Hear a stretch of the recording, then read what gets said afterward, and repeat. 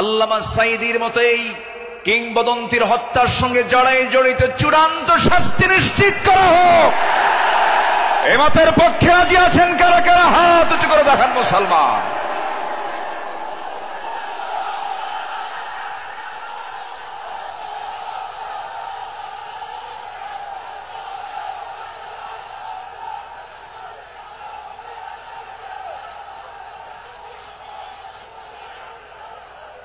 বসুন।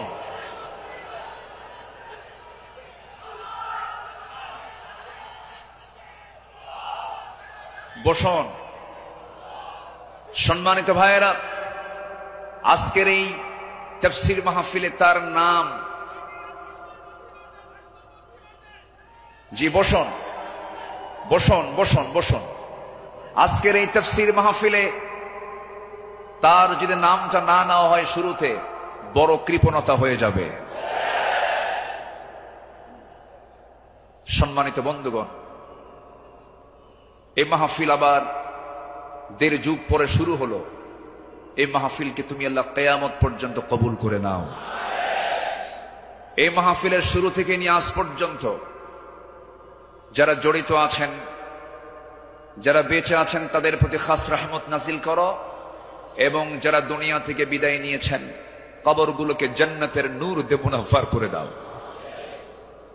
সম্মানিত ভাইয়েরা, আমি আলোচনার সূচনায় সর্বকালের সর্বযুগের সর্বশ্রেষ্ঠ গ্রন্থ, complete and balanced code of life, Al Quran আল মজিদের গুরুত্বপূর্ণ একটি সূরা, সূরাতুত তাওবার একটি আয়াত আমি তেলাওয়াত করেছি। সূরা তাওবার 100 নম্বর আয়াত আমি তেলাওয়াত দিয়ে শুরু করেছি। আয়াতটিকে সামনে রেখে কিছু কথা আমি বলতে চাচ্ছি। আল্লাহ যেন আমার মুখ থেকে সেই কথাগুলি বের করে দেন যে কথাগুলো মুসলিম উম্মার জন্য এই মুহূর্তে দারুণ প্রয়োজন। সম্মানিত হাজিরিন, এই পৃথিবীতে শ্রেষ্ঠ মানুষ হচ্ছেন আম্বিয়ে কেরাম, এবং পৃথিবীর প্রথম মানুষও একজন নবী ছিলেন, সাইয়্যিদানা আদম আলাইহিস সালাতু ওয়াস সালাম। এবং এটার সিলসিলা শেষ হয়েছে খাতামুন নবিয়্যিন, সরওয়ারে কায়নাত, রাহমাতুল লিল আলামিন, রাহমাত আলম, নবী মুকাররম জনাবে মুহাম্মদ রাসূলুল্লাহ সাল্লাল্লাহু আলাইহি ওয়াসাল্লাম। তার সময় এসে নবুয়তের এই সিলসিলা শেষ হয়েছে। এরপরে যাদের সম্মান মর্যাদা আল্লাহ পাক সবচাইতে বেশি দিয়েছেন তারা হচ্ছেন সাহাবায়ে কেরাম।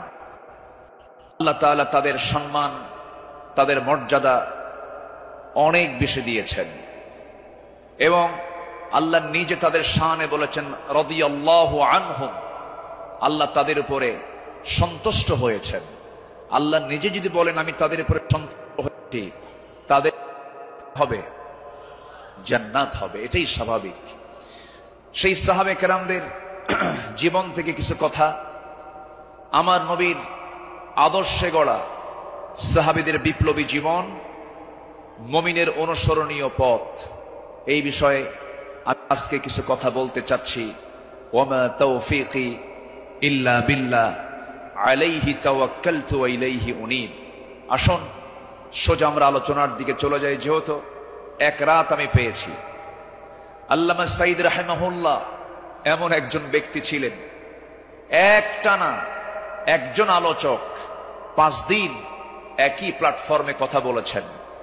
এমন রেকর্ড বাংলার জমিন আজ পর্যন্ত কেউ দেখাতে পারেন নাই। বলি আলহামদুলিল্লাহ, জোরে বলি আলহামদুলিল্লাহ।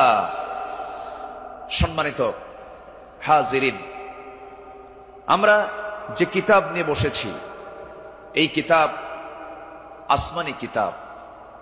পৃথিবীর সকল কিতাব হলো দুনিয়ার, আর এই কিতাব হলো আসমানি, স্বতন্ত্র একটি কিতাব। আল্লাহ রাব্বুল আলামিন তার কালামে তার পরিচয় দিয়ে অনেক সূরার সামনে আগে এই কিতাবের সৌন্দর্য তুলে ধরেছেন, এই কিতাবের পরিচয় আগে তুলে ধরেছেন। যেমন কোরআন খোলার সঙ্গে সঙ্গেই আমরা পেয়ে যাই আমার রবের পরিচয়, আলহামদুলিল্লাহি রাব্বিল আলামিন। এরপরে আমরা যখন সেকেন্ড সূরাতে আসি তখন পেয়ে যাই এই কিতাবের পরিচয়, যালিকাল কিতাব লা রাইবা ফীহি। আবার আলে ইমরানে আসেন, এরকম পরিচয় পাওয়া যায়। সূরা ইয়াসিন, সূরা রহমান, সূরা ইউসুফ, অনেক সূরার শুরুতে আল্লাহ রাব্বুল আলামিন আগে এই কিতাবের সৌন্দর্য তুলে ধরেছেন। আল্লাহ রাব্বুল আলামিন বলেন, আর রহমান আল্লামাল কুরআন খালাকাল ইনসানা আল্লামাহুল বায়ান আশ-শামসু ওয়াল কমারু বিহুসবানিন ওয়ান নাজমু ওয়াশ-শাজারু ইয়াসজুদান। জোরে বলুন আল্লাহু আকবার। তিনি রহমান, যিনি বান্দাকে কোরআন শিক্ষা দিয়েছেন। আবার ইয়াসিনে চলে যান, ইয়াসিন ওয়াল কুরআনিল হাকীম ইন্নাকা লামিনাল মুরসালিন আলা সিরাতিম মুস্তাকিম। আল্লাহ রাব্বুল আলামিন এই কিতাবের পরিচয় অনেক সূরার শুরুতেই দিয়েছেন। আগে কিতাব সম্পর্কে বান্দা বুঝে নাও, সচরাচর অন্য কিতাবের মতো এই কিতাব এমনটা নয়। আল্লাহ রাব্বুল আলামিন এই বান্দার জন্য কিতাবটাকে কি করে দিয়েছেন? আল্লাহ রাব্বুল আলামিন বলেন, তিবিয়ানাল লিকুল্লি শাই, তোমার জীবনের জন্য যা কিছু প্রয়োজন সব আয়োজন আমি এর মধ্যে করে দিয়েছি, কোথাও যাওয়ার দরকার নাই। ফাআইনা তাযহাবুন ইন হুয়া ইল্লা যিকরুল লিল আলামিন লিমান শাআ মিনকুম আন ইয়াস্তাকিম ওয়া মা তাশাউনা ইল্লা আন ইয়াশা আল্লাহু রাব্বুল আলামিন। জোরে বলুন আল্লাহু আকবার। তুমি কোথায় যাও, কোন পথে দৌড়াচ্ছ, দুনিয়ার কোন তন্ত্র মন্ত্রের দিকে দৌড়াও, দুনিয়ার কোন আইনের দিকে দৌড়াও, এই পৃথিবীতে ৭০ থেকে ৮০টি মানব রচিত মতবাদ আছে। সমস্ত মতবাদকে তোমার ধিক্কার মারতে হবে, পচা বস্তাগুলোকে ফেলে দিয়া আল্লাহর আহ্বান হলো ইন হুয়া ইল্লা যিকির, এই জিকিরের দিকে চলে আসো। কোরআন তোমাকে সুপারিশ করে জান্নাতের দরজায় পৌঁছায়া দেবে। কোরআনের দল ছাড়াও এই দেশে আরো দল আছে না নাই? আসতে বলবেন না, আছে না নাই? ইসলামী দল ছাড়া আরো দল এই দেশে আছে না নাই? কিন্তু আল্লাহর কাছে মনোনীত দল একটাই, ইন্নাদ-দীনা ইনদাল্লাহিল ইসলাম। ইসলাম ছাড়া অন্য কিছু যে গ্রহণ করবে, সোজা কথা আল্লাহ পাক বলে দিচ্ছেন, ওয়ামান ইয়াবতাগি গায়রাল ইসলামি দীনান ফালান ইউকবালা মিনহু। যে ব্যক্তি জীবন বিধান হিসাবে, দল হিসাবে ইসলামকে বাদ দিয়ে অন্য কোন দিনকে গ্রহণ করবে, তার কোনো কিছুই গ্রহণ করবেন না। তিনি কে? এই কথা কে বলেছেন? অতএব দল করতেই হবে, সেই দল হতে হবে কার দল? আসতে বলবেন না, কার দল? আল্লাহ রাব্বুল আলামিন বলেন, ইন্নামা ওয়ালিয়্যুকুমুল্লাহু ওয়া রাসূলুহু ওয়াল্লাযীনা আমানুল্লাযীনা ইউকিমুনাস সালাতা ওয়া ইউতুনাজ যাকাতা ওয়া হুম রাকিউন ومن يتولى الله ورسوله والذين آمنوا فإن حزب الله هم الغالبون। যারা আল্লাহর দল করবে তারাই বিজয়ী হবে। ঘোষণাকার, ঘোষণাকার আল্লাহ। ছাড় দেন কিন্তু ছেড়ে দেন না, ঠিক কিনা? ছাড় দেন কিন্তু ছেড়ে দেন না। দেখেন না, যাওয়ার রাস্তা পাইল না, শেষে ভাঙ্গা হেলিকপ্টারে বিদায় দিল, ঠিক কিনা? যুগে যুগে যারাই আসমানি কিতাব নিয়ে ষড়যন্ত্র করেছে, যুগে যুগে যারাই জগতের শ্রেষ্ঠ সন্তান আলেমদেরকে নিয়ে ষড়যন্ত্র করেছে, তাদের অবস্থায় ফিরআউনদের মতো হয়েছে, হামানদের মতো হয়েছে, নমরুদদের মতো হয়েছে। সম্মানিত ভাইরা, এই কোরআনকে আমরা মানব শুধু নামাজে না সমাজেও? এই কোরআনকে মানতে হবে এক জায়গায় না সব জায়গায়? সব জায়গায় মানব। জোরে বলি ইনশাআল্লাহ। এর মধ্যে কোনো তথ্য বাদ পড়েনি, সব তথ্য আল্লাহ পাকের মধ্যে দিয়েছেন। মিন শাইইন ওয়ালা আসগরা মিন যালিকা ওয়ালা আকবারা ইল্লা ফি কিতাবিম মুবিন। এমন কোন ছোট বিষয় নাই যা বাদ পড়েছে, আবার এমন কোন বড় বিষয় নাই যা বাদ পড়েছে। সব বলে দিয়েছেন তিনি আমার কে? আল্লাহ পাক। আল্লাহ তাআলা একটা সূরা নাযিল করেছেন, সূরাতুন নাহল, মৌমাছি।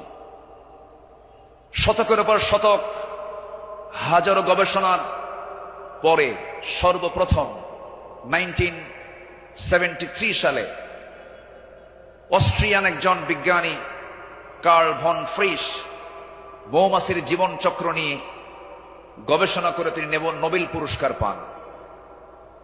তিনি এই বিষয়ে একটা বইও লিখেছেন যার নাম হলো দ্য ড্যান্সিং বিজ। তিনি সর্বপ্রথম ফটোগ্রাফির মাধ্যমে প্রমাণ করে দেখিয়েছেন মূলত ফিমেল ওয়ার্কার বি, মধু সংগ্রহ এবং মৌচাক নির্মাণের মূল কর্মী তারা। অথচ মহান রব্বুল আলামিন আজ থেকে ১৫০০ বছর আগে এই নারী কর্মী মৌমাছির কথা জানিয়ে দিয়েছেন কোরআনে ১৫০০ বছর আগে। জোরে বলি সুবহানাল্লাহ। আল্লাহ রব্বুল আলামিন বলেন, وَأَوْحَى رَبُّكَ إِلَى النَّحْلِ أَنِ اتَّخِذِي مِنَ الْجِبَالِ بُيُوتًا وَمِنَ الشَّجَرِ وَمِمَّا يَعْرِشُونَ। জোরে বলুন আল্লাহু আকবার। আমার বন্ধুগণ, নাম্বার 2 হলো আল্লাহ রাব্বুল আলামিন এই মৌমাছি যে তথ্যগুলো দিয়েছেন সেই তথ্যের হালে এসে তারা বলতেছে, কিন্তু ১৫০০ বছর আগে আল্লাহ রাব্বুল আলামিন তা জানিয়ে দিয়েছেন। আল্লাহ রানী মৌমাছি কি স্ত্রী মৌমাছিকে ওহী দিয়ে জানাচ্ছেন, তুমি পাহাড়ে, গাছে এবং তারা যে গৃহ নির্মাণ করে তাতে নিবাস তোমরা বানায় নাও। জোরে বলি সুবহানাল্লাহ। নাম্বার 2, তিনি প্রমাণ করেছেন যখন একটি কর্মী মৌমাছি নতুন ফুলের বাগান বা উদ্যান খুঁজে পায় তখন সে অন্য মৌমাছিদের সঠিক পথের দিক নির্দেশনা দেয়। কার্ল ভন ফ্রিচ এই নাচের নামটা দেন হচ্ছে ওয়াগল ড্যান্স, যা পৃথিবী জুড়ে সাড়া ফেলে। অথচ এই তথ্য কোরআনের কাছে অনেক পুরাতন।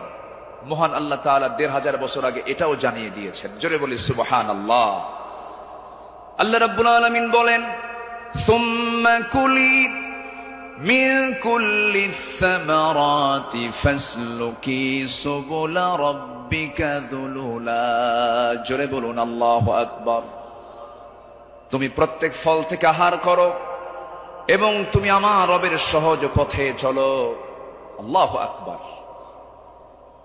বিজ্ঞান হালে বলছে, কোরআন ১৫০০ বছর আগে বলছে। তাহলে এখন বলুন, বিজ্ঞান কোরআন বিজ্ঞান থেকে নিয়েছে না বিজ্ঞান কোরআন থেকে ধার করেছে? বিজ্ঞান কোরআন থেকে ধার করেছে। এখানে শেষ নয়। নাম্বার 3, বর্তমান সময়ে বিজ্ঞানীরা নিখুঁত গবেষণার মাধ্যমে প্রমাণ করেছেন আসলে মধু বের হয় মৌমাছির পেট থেকে। মৌমাছির পেট থেকে। এই আশ্চর্য তথ্যটিও মহান রব্বুল আলামিন ১৫০০ বছর আগেই জানিয়ে দিয়েছেন। সুবহানাল্লাহ। আল্লাহ রব্বুল আলামিন বলেন, ইয়াখরুজু মিন বুতুনিহা শারাবুম মুখতালিফুন আলওয়ানুহু ফীহি শিফাউন লিন-নাস ইন্না ফী যালিকা লাআয়াতান লিকাওমিন ইয়াতাফাক্কারুন। জোরে বলুন আল্লাহু আকবার। তার পেট থেকে এমন পানীয় বের হয় যা রং ভিন্ন ভিন্ন, যাতে রয়েছে মানুষের জন্য রোগ নিরাময়। নিশ্চয় এতে নিদর্শন রয়েছে সেই কওমের জন্য যারা চিন্তা করে। জোরে বলি সুবহানাল্লাহ। আল্লাহ তাআলার কি একটা ফার্মাসিউটিক্যাল কোম্পানি, কি বিশাল বড় একটা ফ্যাক্টরি আল্লাহ পাক মৌমাছিকে এই দায়িত্ব দিয়ে দিয়েছেন। 1 পাউন্ড মধু বানাতে 550 মৌমাছিকে প্রায় 20 লাখ ফুলে ভ্রমণ করতে হয়। সুবহানাল্লাহ বলবেন না? সেখানে একটা কর্মী মৌমাছিকে 80,000 কিলোমিটার পথ অতিক্রম করতে হয়। অন্য একটি গবেষণায় এসেছে 14.5 লাখ কিলোমিটার পথ অতিক্রম করতে হয়, যা দিয়ে পুরো পৃথিবীটাকে 3 বার প্রদক্ষিণ করা সম্ভব। শুধু 1 পাউন্ড মধু তৈরিতে মৌমাছির এত কষ্ট করতে হয়। আল্লাহু আকবার বলেন। মহান আল্লাহ তাআলা এই মৌমাছির মধ্যে সঠিক পরিমিত তাপমাত্রা বোঝার মতো আশ্চর্য একটা ক্ষমতা দিয়েছেন। মৌচাকের সঠিক তাপমাত্রা 35 ডিগ্রি সেলসিয়াস থাকা প্রয়োজন। যদি কখনো তাপমাত্রা এর কম 30 ডিগ্রিতে নেমে আসে, তখন মৌমাছিগুলো সবাই একত্রিত হয়ে তাদের ডানাগুলো ঝাঁপিয়ে তাপমাত্রা বৃদ্ধি করে। জোরে বলে সুবহানাল্লাহ। আবার যদি কখনো তাপমাত্রা যদি বেড়ে যদি 40 ডিগ্রি হয়ে যায়, তখন আবার তারা উল্টো দিকে ডানা ঝাপচিয়ে মৌচাকে তাপমাত্রা ঠান্ডা করে। তখন আবারও 35 ডিগ্রি তাপমাত্রায় নিচে স্বাভাবিক হয়ে যায়, নিচে নেমে আসে। এগুলো কার কুদরত? আসতে বলবেন না, কার কুদরত? আল্লাহর কুদরত। সম্মানিত ভাইয়েরা, আল্লাহ রাব্বুল আলামিন এই কিতাবের ভিতরে হাদিদ নামে, লোহা নামে একটা সূরা নাজিল করেছেন। সূরার নাম কি? হাদিদ, লোহা। লোহা ছাড়া কিছুই হয় না। এই লোহা নিয়ে বিজ্ঞান গবেষণা করে বলছে, আধুনিক বিজ্ঞান বলতেছে লোহার সৃষ্টি পৃথিবীতে নয়, বরং লোহা এসেছে বহির জগৎ থেকে, আকাশ থেকে। কারণ পৃথিবীর পরিবেশে লোহা উৎপাদনের জন্য অনুপযোগী। কেননা সূর্যের যে তাপমাত্রা লোহা উৎপাদনের জন্য যথেষ্ট নয়। সূর্যের কেন্দ্রের তাপমাত্রা হলো 15 মিলিয়ন ডিগ্রি সেলসিয়াস, আর সূর্যের পৃষ্ঠে অর্থাৎ ফটোস্ফিয়ারের তাপমাত্রা হচ্ছে 5.5 থেকে 6,000 ডিগ্রি সেলসিয়াস। অথচ লোহা উৎপাদনের জন্য আনুমানিক 5 বিলিয়ন ডিগ্রি সেলসিয়াস প্রয়োজন। বিজ্ঞানীদের ধারণা কোন সুপারনোভা বিস্ফোরণ থেকেই এই লোহার আগমন ঘটে থাকতে পারে। অথচ মহান রব্বুল আলামিন 1500 বছর আগেই সূরা হাদিদে জানিয়ে দিয়েছেন আল্লাহ পাক লোহা নাজিল করেছেন। সুবহানাল্লাহ বলবেন না? আল্লাহ রাব্বুল আলামিন বলেন, وَأَنزَلْنَا الْحَدِيدَ فِيهِ بَأْسٌ شَدِيدٌ وَمَنَافِعُ لِلنَّاسِ। সূরাতুল হাদিদ আয়াত নম্বর 25। মহান রব্বুল আলামিন বলেন, আমি লোহা নাজিল করেছি যাতে রয়েছে প্রচন্ড শক্তি, মানুষের জন্য বহুবিধ উপকার। জোরে বলি সুবহানাল্লাহ। তাহলে বিজ্ঞান এগুলো প্রমাণ করেছে না কোরআন থেকে ধার করেছে? কোরআন থেকে ধার করেছে। বিজ্ঞান দিয়ে কোরআন যাচাই হবে না, কোরআন দিয়ে বিজ্ঞান যাচাই হবে। কোন আইন দিয়ে কোরআনকে ব্যর্থ করার চেষ্টা করলে সে ব্যর্থ হবে। কোরআন দিয়ে পৃথিবীর সকল আইনকে ব্যর্থ করতে হবে। যারা বলেন কোরআন আর রাজনীতি ভিন্ন বিষয়, তাদের নতুন করে ঈমান আনতে হবে। কোরআন হচ্ছে আইন এবং প্রশাসনের চলন্ত বিশ্বকোষ। এটা দিয়েই নামাজ যেমন চলতে পারে, সমাজও চলতে পারে। কোরআন দিয়ে ক্যান্টনমেন্ট চলবে, কোরআন দিয়ে প্রশাসন চলবে। কোরআন দিয়ে চলতে পারে না এমন কোন প্ল্যাটফর্ম নেই, কোরআন দিয়ে সব চলবে, এটাই স্বাভাবিক। এই বিশ্বাস যার আছে তার ঈমান আছে। এই বিশ্বাস যার নাই তার ঈমান নাই নাই নাই।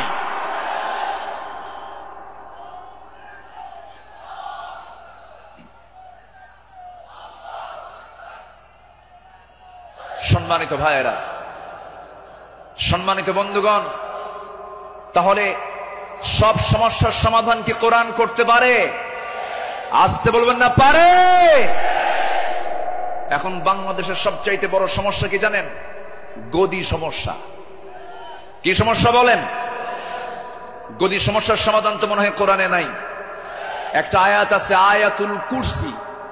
আয়াতুল কুরসি। কুরসিউন মানে কি? গদি। কুরসিউন মানে কি? গদি। গদিটা মূলত কার? আসতে বলবেন না, গদিটা মূলত কার? আল্লাহ। ক্ষমতা কারোই না, ক্ষমতা একমাত্র কার? আল্লাহ। কোরআন সম্পর্কে সংক্ষিপ্ত একটা ধারণা, আল্লাহর সিস্টেম মতোই, আল্লাহ এই পদ্ধতিতেই তিনি আলোচনা করেছেন। কোরআনে তার কথাগুলো এইভাবে আসছে। আসুন আমরা এখন মূল ওই আয়াতটার দিকে আমরা চলে যাচ্ছি। সম্মানিত বন্ধুগণ, আমার নবীর আদর্শে গড়া সাহাবীদের বিপ্লবী জীবন, মুমিনের অনুসরণীয় পথ। আমাদের পথ তো সেই পথ যে পথে আমার রাসূল চলেছেন, যে পথে সাহাবীরা চলেছেন। এই পথ ছাড়া আমাদের দ্বিতীয় কোনো পথ আছে? আসতে বলবেন না আছে। সেই সাহাবীদের সম্মানটা কত!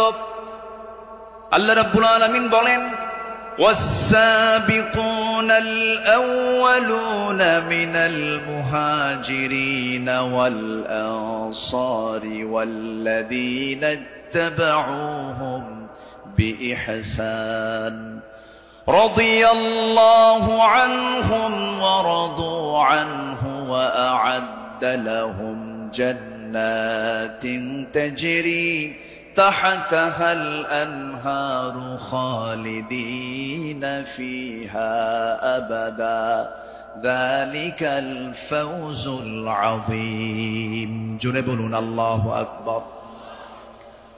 মুহাজির এবং আনসারদের মধ্যে যারা ঈমানে প্রথমে যারা অগ্রগামী হয়েছে এবং যারা নিষ্ঠার সাথে তাদের অনুসরণ করেছে, আল্লাহ তাদের সকলের প্রতি সন্তুষ্ট হয়েছেন, তারাও তার প্রতি সন্তুষ্ট হয়েছেন।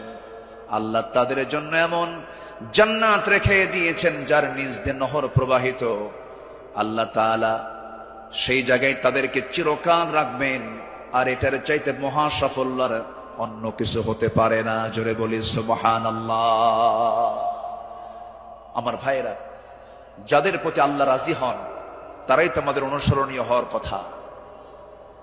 যারা আল্লাহর রহমত প্রাপ্ত বান্দা, যাদের দুনিয়াতে জান্নাতের সংবাদ দিয়েছেন, এমন 10 জন সাহাবী ছিলেন যাদেরকে আল্লাহ রাব্বুল আলামিন দুনিয়াতে জান্নাতের সংবাদ তাদের কানে শুনিয়ে দিয়েছেন।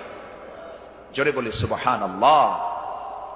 একজন সাহাবীকে যদি কেউ ফলো করতে পারে তার জন্য জান্নাত ইজি হয়ে যাবে। আস-সাহবাতু কান-নুজুম, সাহাবীরা হচ্ছে আকাশের নক্ষত্রের সমান। আল্লাহু আকবার বলেন। সম্মানিত ভাইয়েরা, মুমিনদের অনুসরণীয় যে পথ, আমি 10টা পয়েন্ট আমি কথা বলতে চাই। নাম্বার 1, আল্লাহ এবং রাসূলের প্রতি বিনম্র চিত্তে অটুট আনুগত্য।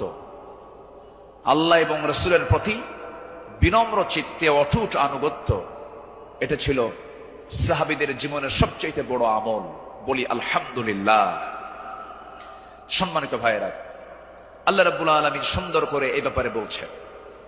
আল্লাহ রাব্বুল আলামিন বলেন, ইয়া আইয়ুহাল্লাযীনা আমানু আতিউল্লাহা ওয়া রাসূলাহু ওয়া লা তাওয়াল্লাউ আনহু ওয়া আনতুম তাসমাউন। জোরে বলুন আল্লাহু আকবার। সূরাতুল আনফাল আয়াত নাম্বার 20, মহান রব্বুল আলামিন বলেন, হে বিশ্বাসীরা, তোমরা আল্লাহ এবং তার রাসূলের তোমরা আনুগত্য করো। তার নির্দেশ শ্রবণ করার পরেও তার আনুগত্য থেকে তোমরা কখনো মুখ ফিরিয়ে নেবে না। আল্লাহ রাব্বুল আলামিন সুন্দর করে হুকুম আকারে দিয়েছেন। আমার বন্ধুগণ, আনুগত্য ছাড়া, ইত্তেবা ছাড়া বান্দা কখনো জান্নাত পেতে পারে না। মহান রব্বুল আলামিন আরেক জায়গায় সুন্দর করে কমন একটা আয়াত বলে দিয়েছেন, ইন কুনতুম তুহিব্বুনাল্লাহা ফাত্তাবিউনি ইউহিব্বুকুমুল্লাহু ওয়া ইয়াগফির লাকুম যুনুবাকুম ওয়াল্লাহু গফুরুর রহিম। জোরে বলুন আল্লাহু আকবার।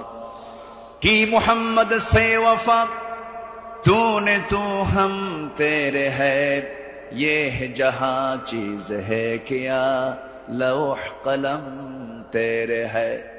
मुहम्मद के যদি ভালোবাসো, ভালোবাসা পাবে আমার, লৌহ কলম লুভিবে তোমরা, মাটির পৃথিবী সেকোন ছাড় সব পেয়ে যাবে, কিন্তু নিজের জীবনের চাইতে রাসূলকে বেশি ভালোবাসতে হবে এবং তার ইত্তেবা করতে হবে।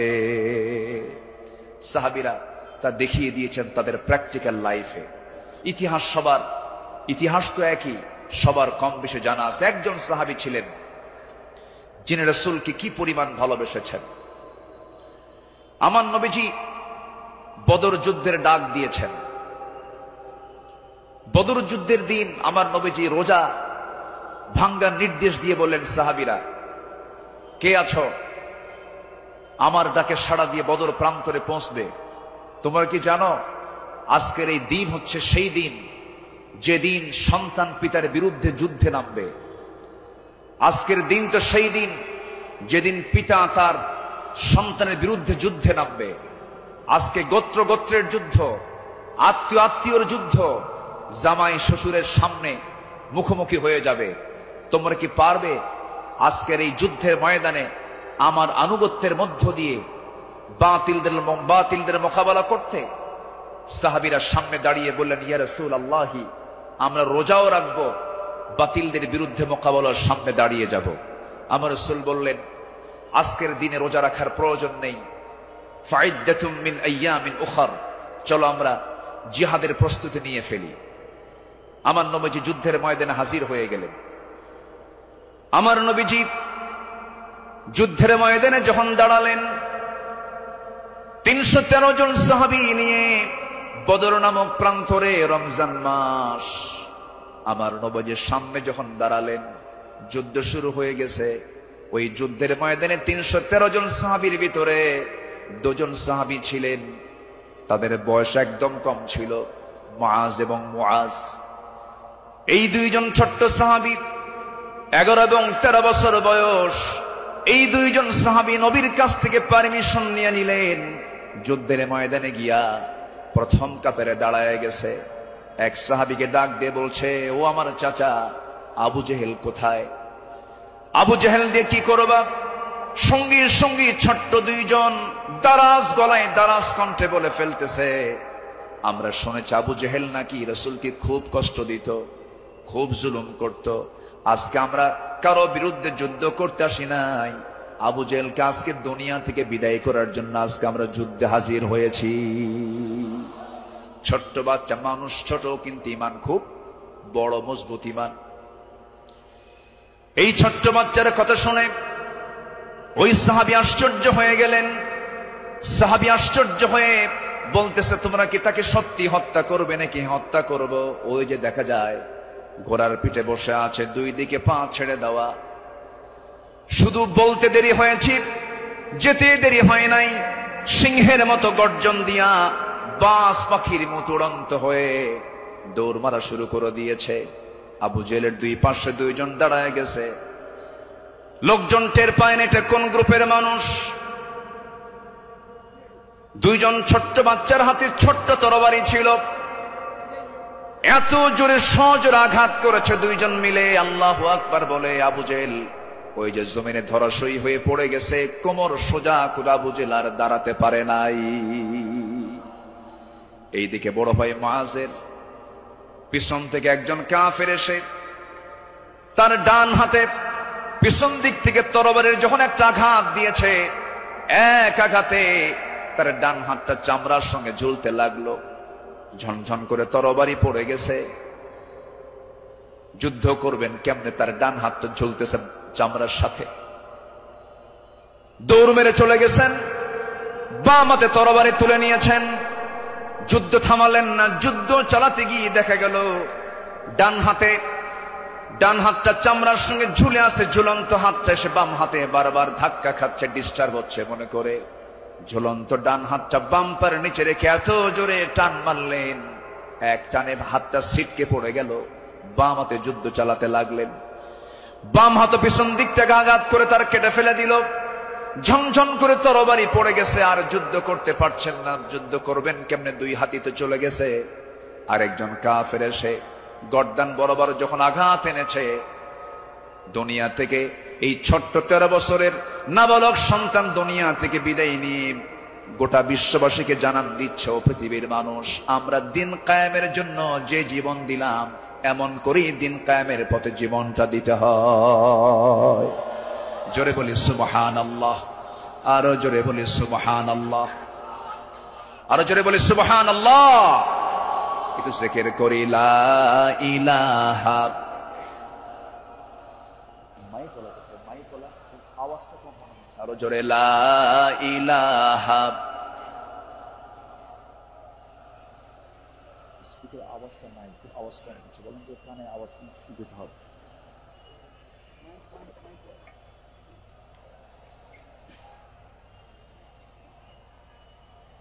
আওয়াজটা বাড়াও, আওয়াজটা দাও, আওয়াজ কমে গেছে। আরো জোরে লা ইলাহা, আরো জোরে লা ইলাহা, লা ইলাহা, লা ইলাহা ইল্লাল্লাহু মুহাম্মাদুর রাসূলুল্লাহ সাল্লাল্লাহু আলাইহি ওয়াসাল্লাম। আমার বন্ধুগণ, আমার নবীজি আল্লাহর পথে যত হাজারো বিপদ এসেছে, বিনম্র চিত্তে অটুট আনুগত্য আমার নবীজি আল্লাহর করেছেন। তার বড় একটা প্রমাণ হলো, একটু শুনুন কান লাগায়া, কতগুলো শুনেছি, বারবার শোনার প্রয়োজন আছে। নবীজি তার জীবনের সবচাইতে বেশি মার খেয়েছেন দুই জায়গায়, একটা হলো তায়েফের ময়দান, আরেকটা হচ্ছে উহুদের ময়দান। তায়েফের ময়দানের আঘাতটা আমার নবীজির যে পরিমাণ লেগেছিল, মাথা থেকে পা পর্যন্ত ক্ষত বিক্ষত হয়ে পড়েছিল, এমন কোন জায়গা নেই যে জায়গায় নবীজির দাগ ছিল না। উহুদের ময়দানে তিনি দাঁত হারিয়েছেন। খন্দকের পরীক্ষা খনন করতে গিয়ে তিনি তার কোমর হারিয়েছেন। যখন পরীক্ষা খনন করতে গেছেন, 4 দিনের না খাওয়া রাসূল পরীক্ষা খনন করতে গিয়ে ওই যে কোমর কুঁজো হয়ে গিয়েছিল, মৃত্যুর দিন পর্যন্ত আমার নবীজি কোমর সোজা করে দাঁড়াতে পারেন নাই। এত বড় কঠিন মুসিবতের সম্মুখীন আমার নবীজি হয়েছেন। সবচেয়ে কঠিন টাইম চলে গেছে হলো তায়েফের ময়দানে। বুক ভরা আশা নিয়ে কালেমার দাওয়াত দিতে গেছেন, কিন্তু সেই জায়গায় গিয়ে আমার নবীজি ফুল পেয়েছেন না পাথর পেয়েছেন? ফুল পেয়েছেন না পাথর পেয়েছেন? পাথর পেয়েছেন। কিন্তু আমার নবীজি রক্তাক্ত অবস্থায় পড়ে থাকলেন।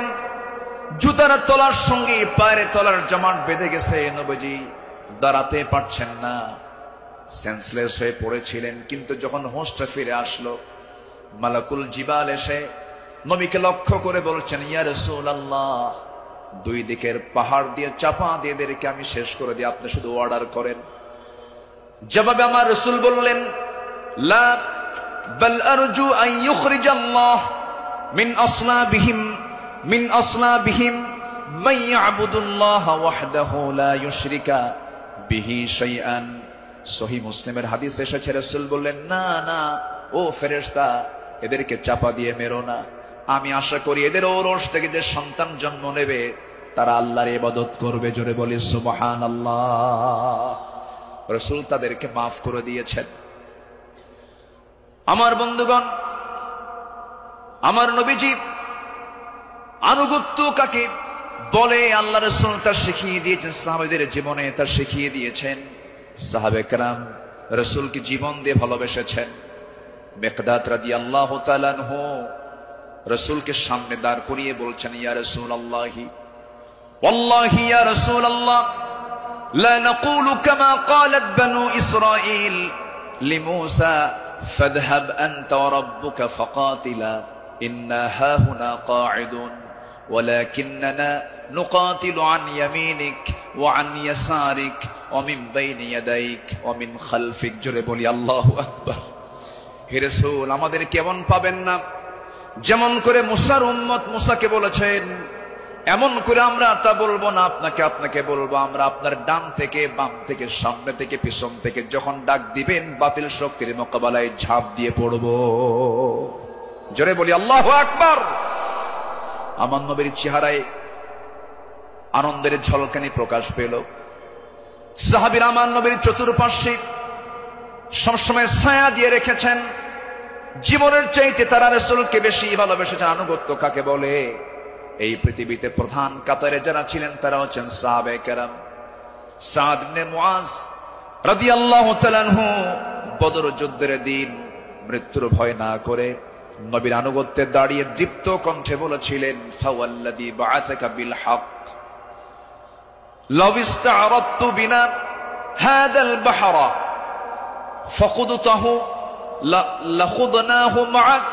সেই সত্যের কসম যিনি আপনাকে সত্য সহ প্রেরণ করেছেন, যদি আপনি আমাদেরকে আজকে সমুদ্রের দিকে অগ্রসর হতে বলেন তাতেও প্রবেশ করেন, আমরা সাথে সাথে আপনার অনুসরণ করে আমরাও সমুদ্র বক্ষে ঝাঁপ দেব, কোনো পরোয়া করব না। জোরে বলি আল্লাহু আকবার। আমার বন্ধুগণ, নাম্বার 2 আমরা চলে আসি দান এবং দানশীলতায় রাসূলের আদর্শ এবং সাহাবীদের অনুসরণ। আমার নবীজির দান, তার যে দানশীলতার ব্যাপারে হাদিস এসেছে, তিনি প্রবাহিত বাতাসের মতো দান করতেন। কানা রাসূলুল্লাহ সাল্লাল্লাহু আলাইহি সাল্লাম আজওয়াদান নাস ফালা রাসূলুল্লাহ সাল্লাল্লাহু আলাইহি সাল্লাম আজওয়াদু বিল খাইর মিনার রিহিল মুরসালা। আমার নবীজি প্রবাহিত বাতাসের মতো তিনি দান করতেন। যখন শুরু করতেন দান থামতো না, অবারিত দান করতেন। জোরে বলি সুবহানাল্লাহ। সাইয়েদনা ওমর ফারুক রাদিয়াল্লাহু তাআলা আনহু তিনি বলেন, তাবুকের প্রান্তরে বুক ভরা আশা নিয়া নবীর সামনে দাঁড়ালাম এবং মনে মনে ভাবলাম, সারা জীবন আমার বন্ধু আবু বকরের সঙ্গে কোনো ইবাদতের কম্পিটিশনে পারি নাই, আজকে আমি আবু বকরকে হারায়া ফেলবো। তিনি করলেন কি, সমস্ত সম্পত্তির অর্ধেক তিনি তাবুক অভিযানে তিনি দান করলেন। আব্দুর রহমান ইবনে আওফ রাদিয়াল্লাহু তাআলা আনহু 3 বস্তা সোনা দান করেছেন। সবার দান যখন শেষ হয়ে গেছে, আমার নবী অপেক্ষার প্রহর গুনছেন তার সারা জীবনের বন্ধু, 3 দিনের ছোট বড় হিজরতের রাতের সাথী সাইয়েদনা আবু বকর সিদ্দিক রাদিয়াল্লাহু আনহু তিনি কখন তাবুকের জন্য তিনি কি নিয়ে আসবেন, তার দানের পরিমাণ কি, তিনি অপেক্ষার প্রহর গুনছেন। নবীর সামনে যখন এসে দাঁড়ালেন, রাসূল লক্ষ্য করে বলছেন, ইয়া আবা বকর মা আবকাইতা লিহালিক। হে আমার আবু বকর, তোমার পরিবার পরিজনের জন্য তুমি কি রেখে এসেছো? তিনি জবাব দিতে নিয়ে বলছেন, ক্বালা বাকাইতু লাহুমুল্লাহ ওয়া রাসূলাহ। আমি আমার পরিবারের জন্য রেখে এসেছি শুধু আল্লাহ এবং আল্লাহর রাসূলকে, বাকি সব তাবুকের প্রান্তরের জন্য আমি দান করেছি। জোরে বলি সুবহানাল্লাহ। আমার নবীজি তার শানে বলেছেন, ওমা নাফানি মালু হাদিন কাত মা নাফানি মালু আবি বকর। আমার আবু বকরের অর্থ দিয়ে আমার যেমন উপকার হয়েছে, এমন উপকার আমার অন্য কারো দিয়ে হয় নাই। প্রতিটি মানুষের ইহসান পরিশোধ করতে পেরেছি আমি, রাসূল যে পরিশোধ করতে পেরেছি, কিন্তু আমার আবু বকরের ইহসান সমূহ এমন যে তার প্রতিদান কেবল আল্লাহ ছাড়া কেউ প্রতিদান দিতে পারবে না। জোরে বলি সুবহানাল্লাহ। আমার ভাইয়েরা, আল্লাহ রাব্বুল আলামিন সন্তুষ্টির জন্য বান্দাকে জানিয়ে দিচ্ছেন, বান্দা তোর দানটা হবে শুধুমাত্র আমার জন্য। দানের পুরস্কার হলো জান্নাত। সাহাবে কেরাম তা শিখিয়ে দিয়েছেন। আল্লাহ রাব্বুল আলামিন বলেন, মাসালুল লাযীনা ইউনফিকুনা আমওয়ালাহুম ফি সাবিলিল্লাহি কামাসালি হাববাতিন أنبتت 7 سنابل في كل سنبلة 100 حبة والله يضاعف لمن يشاء ওয়াল্লাহু ওয়াসিউন আলিম। জোরে বলুন আল্লাহু আকবার। যারা আল্লাহর পথে তাদের সম্পদ ব্যয় করে, তাদের উপমা হলো একটা বীজের মতো, যা উৎপন্ন করলো 7টা শীষ, প্রতিটি শীষে রয়েছে 100 দানা। তারা আর আল্লাহ যাকে চান তার জন্য এমন করেই বাড়িয়ে দেন। আল্লাহ হচ্ছেন সবচাইতে প্রাচুর্যময় এবং সর্ব বিষয়ে জ্ঞানী। জোরে বলি সুবহানাল্লাহ। নাম্বার 3 হলো আদল এবং ইহসানের মূর্ত প্রতীক ছিলেন রাসূল এবং সাহাবে কেরাম। আদল কাকে বলে, ইনসাফ কাকে বলে, ইহসান কাকে বলে, যদি আমরা মডেল হিসেবে গ্রহণ করব আমার নবী এবং সাহাবে কেরামকে। আল্লাহ রাব্বুল আলামিন এই শানে বলেছেন, ইন্নাল্লাহা ইয়া'মুরু বিল আদলি ওয়াল ইহসানি ওয়া ইতা'i যিল কুরবা ওয়া ইয়ানহা আনিল ফাহশাই ওয়াল মুনকারি ওয়াল বাগি ইয়া'iদুকুম লা'আল্লাকুম তাযাক্কারুন। জোরে বলুন আল্লাহু আকবার। আমার বন্ধুগণ, আদালত কাকে বলে? সাইয়েদনা ওমর ফারুক রাদিয়াল্লাহু তাআলা আনহু অর্ধ দুনিয়ার শাসনকর্তা। তিনি একদিন ঘোড়া কিনতে গেছেন বাজারে। কি কিনতে গেছেন? ঘোড়া কিনতে গেছেন। আজকের বাজারে যেমন হোন্ডা কিনতে যায়, গাড়ি কিনতে যায়, আগের যুগে মানুষ কিনতে যেত কি? ঘোড়া। সাইয়েদনা ওমর ফারুকের প্রয়োজন, ঘোড়া কিনতে গেছেন। ঘোড়াওয়ালার সঙ্গে কথা বললেন, দামাদামি করে নিলেন, ঘোড়া একটা কিনলেন, দামটা দিয়ে দিলেন, কেনা বেচা হয়ে গেছে, চুক্তি সম্পন্ন হয়ে গেছে। ঘোড়া কিনে নিয়ে বাড়িতে চলে আসবেন। কয়েক মাইল ঘোড়ার পিঠে তিনি চড়েছেন। কয়েক মাইল আসতে না আসতেই তার ঘোড়ার 4টা পা অকেজ হয়ে গেছে। 4 পা যখন অকেজ হয়ে গেছে, সাইয়েদনা ওমর ফারুক একটু ক্ষেপে গেলেন, রেগে গেলেন। রেগে গিয়ে সোজা চলে গেছেন সেই ঘোড়াওয়ালার কাছে গিয়ে বলছেন, ঘোড়াওয়ালা, তুমি আমাকে এমন ঘোড়া দিলে কেন? যে ঘোড়াটা আমি 4-5 মাইল যেতে না যদি 4টা পায়ে তার অকেজ হয়ে গেছে, অসুস্থ ঘোড়া দিয়েছ, আমি এই ঘোড়া নেব না। সঙ্গে সঙ্গে ঘোড়াওয়ালা বলছেন, আমিরুল মুমিনিন, আমি আপনাকে যে ঘোড়াটা দিয়েছি সুস্থ ঘোড়া দিয়েছি। আপনি যখন আমার কাছ থেকে ঘোড়াটা কিনতে এসেছিলেন সেই সময় ঘোড়াটা সুস্থ ছিল। আপনার মালিকানা যাওয়ার পরে ঘোড়াটা অসুস্থ হয়ে পড়েছে। সাইয়েদনা ওমর ফারুক একটু খেপে গিয়ে বলছেন, অসুস্থ ঘোড়া আমি নেব না, ঘোড়া ফেরত নাও, টাকাটা আমাকে দিয়ে দাও। এবার ঘোড়াওয়ালা বলছে, আমিরুল মুমিনিন, আমি যত বলবো, আপনি যত বলবেন, কোনো ফয়সালা আসবে না। ঠিক আছে, আমার কথা এবং আপনার কথা দুটা নিয়ে আমরা চলুন, আমরা আদালতে যাই। কোথায় যাই? আদালতে চলে যাই। ইন্নাল্লাহা ইয়া'মুরু বিল আদল, আদালতের সম্মুখীন হয়ে যাই। সাইয়েদনা ওমর ফারুক রাদিয়াল্লাহু তাআলা আনহু তখন অর্ধ দুনিয়ার শাসনকর্তা। এই কথা শোনার সঙ্গে সঙ্গে তিনি তার সকল কথাকে তিনি অফ করে দিলেন। চুপ মেরে গিয়ে বলছেন, ঠিক আছে ঘোড়াওয়ালা, চলো আদালতে হাজির হই, চলো আদালতে ফয়সালা দিয়ে দেবে। চিন্তা করে দেখুন, অর্ধ দুনিয়ার শাসনকর্তা ওমর ফারুক সামান্য এক ঘোড়াওয়ালা মামলা দিচ্ছে, সেই মামলায় তিনি হাজির হচ্ছেন। চলে গেলেন আদালতে। আদালত চত্বরে গিয়ে যখন হাজির হলেন,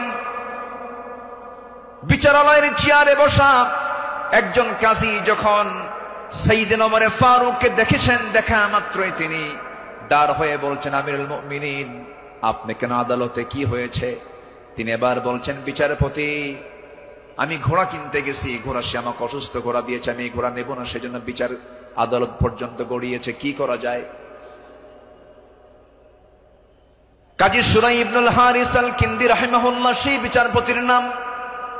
তিনি বলছেন, আমিরুল মুমিনিন, দুপক্ষের কথাই তো শুনতে হবে। দুপক্ষের কথাই তিনি শুনলেন। ঘোড়াওয়ালাও তার বক্তব্য দিল, খলিফাতুল মুসলিমিন তিনিও তার বক্তব্য পেশ করলেন, তার কথাগুলো বললেন। দুজনের কথা শোনার পরে কাজী সুরাই ইবনুল হারিস আল কিন্দি রাহিমাহুল্লাহ এবার বলছেন, আমিরুল মুমিনিন, অবশ্যই আপনি সম্মানিত, আপনি খলিফাতুল মুসলিমিন, কিন্তু আদালতটাকে কায়েম করার জন্য আমি আজকে আপনার কাছে দুঃখ প্রকাশ করছি। আজকে এই আদালতের রায়টা আপনার পক্ষে যাবে না, এই রায়টা সম্পূর্ণ ঘোড়াওয়ালার পক্ষে চলে যাবে। আমি আপনাকে বুঝাইয়া দিচ্ছি। এবার তিনি বলছেন, আমিরুল মুমিনিন, আপনি আমার সামনে যে কথা বলছেন, আপনি এই জায়গা থেকে সুস্থ অবস্থায় বাড়ি পর্যন্ত ফিরবেন তার কোনো গ্যারান্টি আছে নাকি? না, গ্যারান্টি নাই। তাই যদি হয় যে ঘোড়াটা আপনি কিনে নিয়েছেন সেই ঘোড়াটা সুস্থ অবস্থায় কিনেছেন, আপনার মালিকানায় যাওয়ার পরে ঘোড়াটা অসুস্থ হতেই পারে, অসুস্থ হয়ে গেছে, কিন্তু সেই ঘোড়াটা ফেরত দিয়া আপনি টাকা ফেরত নিবেন এমনটা তো ইসলাম এলাও করে না। সাইয়েদনা ওমর ফারুক রাদিয়াল্লাহু তাআলা আনহু একটা কথাও বললেন না। আদালত চত্বর থেকে তিনি বের হয়ে গেলেন। পরের দিন তিনি মাজলিসে শুরার বৈঠকে বসলেন, সবাইকে জানান দিলেন যে আমার সমস্ত উপস্থিত সমস্ত পরামর্শ সভার সদস্যবৃন্দ, গতকালকে আমি একজন বিচারপতি পেয়েছি, এত বড় আদিল মানুষ আমি দেখি নাই। এত বড় আদিল, ইমামুন আদিল, এত সুন্দর রায় সে দিয়েছে, তার এত বড় সাহস। সে ব্যক্তির দিকে তাকায় নাই, সে আইনের দিকে তাকাইছে, আদালতের দিকে তাকাইছে। আমি ওমর আমার বিরুদ্ধে সে রায় দিয়েছে, এই লোকটাকে সাধারণ বিচারপতি না বানায় তাকে কেন্দ্রীয় বিচারপতি বানায় দিলাম। আল্লাহু আকবার বলেন। সম্মানিত ভাইয়েরা, সম্মানিত বন্ধুগণ, বিগত 16 বছর যে বিচারগুলো হয়েছে, প্রহসনের বিচার হয়েছে। অনেক মার কোল তারা শূন্য করেছে,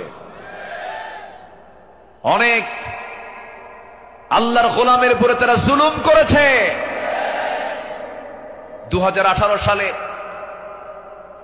হঠাৎ করে আমার বাড়ি চতুর্দিক থেকে কয়েকশো পুলিশ আমার বাড়ি ঘেরাও করে আমাকে ধরতে গেছে। বিশাল বড় সন্ত্রাসী তো, ধরতে গেছে। তো বললাম, ভাই কি সমস্যা কি, চলেন থানায় যেতে হবে। থানায় নিয়ে গেল, ওসির সামনে বসে আছি, দেখি ওসির চোখের ভিতরে পানি টলমল করছে, অশ্রুপূর্ণ চোখ। তো বললাম, আপনি কান্দেন কেন? হুজুর আমি আপনার খুব ভক্ত। তো ভক্ত তো ধরছেন কেন? বলে যে কি করব হুজুর, চাকরি বাঁচান তো ফরজ, সন্তানাদি আছে, কি করব, উপর থেকে খুব চাপ। হুজুর আপনি আমাকে মাফ করে দিয়েন। কি করবেন, চাকরি বাঁচান তো ফরজ। আমি বললাম, চাকরি বাঁচান ফরজ, ইমান বাঁচান নফল। মামলা একখান দিয়া চালান দিয়ে দিল, কোর্টে না মঞ্জুর করলো, কোনো মঞ্জুর হবে না। সেখান থেকে নিয়ে চলে গেল জেলখানায়। জেলখানায় ঢুকলাম, ঢুকেই দেখি 80-85 বছরের এক বুড়া মানুষ আমারে দেখে লম্বা একখান সালাম দিয়ে বলে, হুজুর আপনি জেলখানায় ঢুকলেন, খুব খুশি হলাম। তো বললাম, ঢুকলাম জেলখানায়, খুশি হলেন আপনি, ব্যাপারটা কি? বলে, হুজুর দূর থেকে ওয়াজ শুনি, দূর থেকে আলোচনা শুনি, কাছে যেতে পারি না, মুসাফা করতে পারি না, একটু মনের কথাগুলো বলবো তাও পারি না। কত সুন্দর আপনি আমার কাছে ধরা দিলেন, দোয়া করে জেলখানায় থাকে। তো আমি এখন উল্টা মুরব্বীকে বললাম, চাচা আপনি জেলখানায় কেন এই বুড়া বয়সে, নাতিপুতি থুইয়া? তো বলতেছে, বাবা কি বলবো, বোমা হামলা, বোমা হামলা। কে মানে? আমার নামে বোমার মামলা দিয়েছে, আমি নাকি বোমা মেরেছি। বাবা বলো তো, এই 80 বছরের বুড়ার হাতে যদি বোমা তুলে দেওয়া হয়, সেই বোমা লক্ষ্যে যাবে না নিজের মাথায় পড়বে? এ আচরণ করেছে তারা 16 বছর। ফেরাউন বেঁচে ছিল, ফেরাউন পৃথিবীতে বেঁচে ছিল 1600 বছর, এরা ছিল 16 বছর। সংখ্যার যে মিল হলো কেমনে বুঝলাম না। ফেরাউনের যে চরিত্র, এদের সেই একই চরিত্র তারা প্রকাশ করেছিল 16 বছর। দাড়ি দেখলেই, টুপি দেখলেই তাদেরকে জঙ্গিবাদীর তকমা লাগায় মামলা দিত। রাস্তার ফকির পর্যন্ত মামলার শিকার হয়েছে। আল্লাহ পাক একটা পরিবেশ আমাদেরকে উপহার দিয়েছেন, দিন কায়েমের কাজে আমরা এই পরিবেশকে কাজে লাগাবো। জোরে বলি ইনশাআল্লাহ, আরো জোরে বলি ইনশাআল্লাহ। আল্লামা সাঈদী তিনি দুনিয়া থেকে বিদায় নিয়েছেন, তার একটাই স্বপ্ন ছিল, এই বাংলার জমিন শাসন হবে কোন দিন, কোরআন দিয়া। এটাই তার স্বপ্ন ছিল। সেই স্বপ্ন পূরণ করার জন্য আল্লামা সাঈদীকে জীবন দিয়ে ভালোবাসেন আপনারা, আমি বিশ্বাস করি। কারণ 100 বছরের ইতিহাসে এমন রেকর্ড নাই। আল্লামা সাঈদীর শুধু ফাঁসির রায় দিয়েছিল, সেই রায়কে কেন্দ্র করে একই দিনে শতাধিক মুসলমান শাহাদাত বরণ করেছিল। সম্মানিত ভাইয়েরা, তার যে স্বপ্ন এই দেশ আল্লাহর জমিন, আল্লাহর দিন কায়েম হোক, সেই জমিনে দিন কায়েম হওয়ার জন্য যদি বুকের তাজা প্রাণ ঢেলে দিতে হয়, বুকের তাজা রক্ত ঢেলে দিতে হয়, জানমাল দিতে হয়, সবাইকে রাজি আছেন? রাজি আছেন কারা কারা? হাত উঁচু করে দেখান মুসলমান।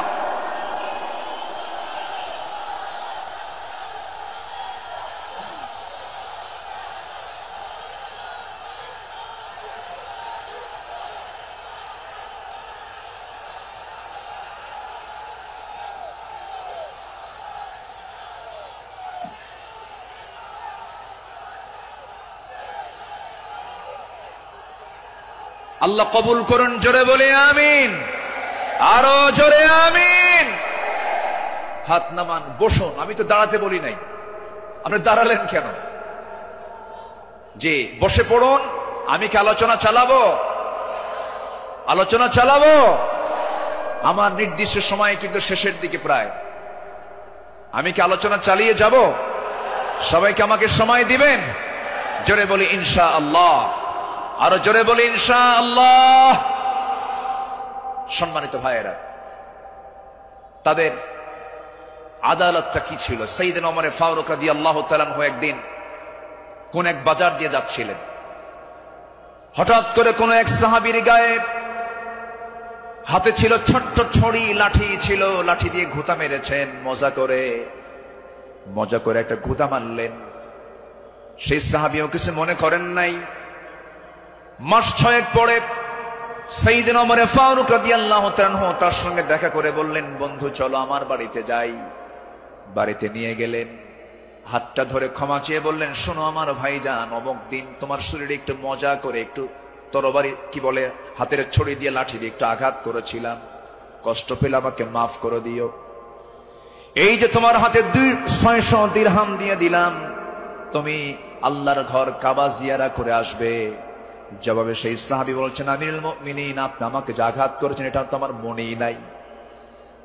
সাইয়েদনা ওমর ফারুক বললেন, ও আমার ভাই, আমি যে তোমাকে মৃদু আঘাত করেছি, এটা যদি তুমি কিয়ামতের দিন আমার বিরুদ্ধে যদি আল্লাহর কাছে যদি আদালতে মামলা দিয়ে দাও, আমি জামিন পাবো না। এই জন্য আজকে দুনিয়াতেই তোমার কাছ থেকে আমি মাফ চেয়ে নিলাম। জোরে কোন সুবহানাল্লাহ।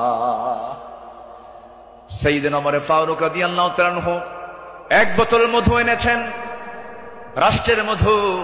সেই মধুগুলো নিয়ে এসে বাড়িতে স্ত্রীর সামনে দাঁড়িয়ে বলছেন, স্ত্রী, মধুগুলো আনলাম।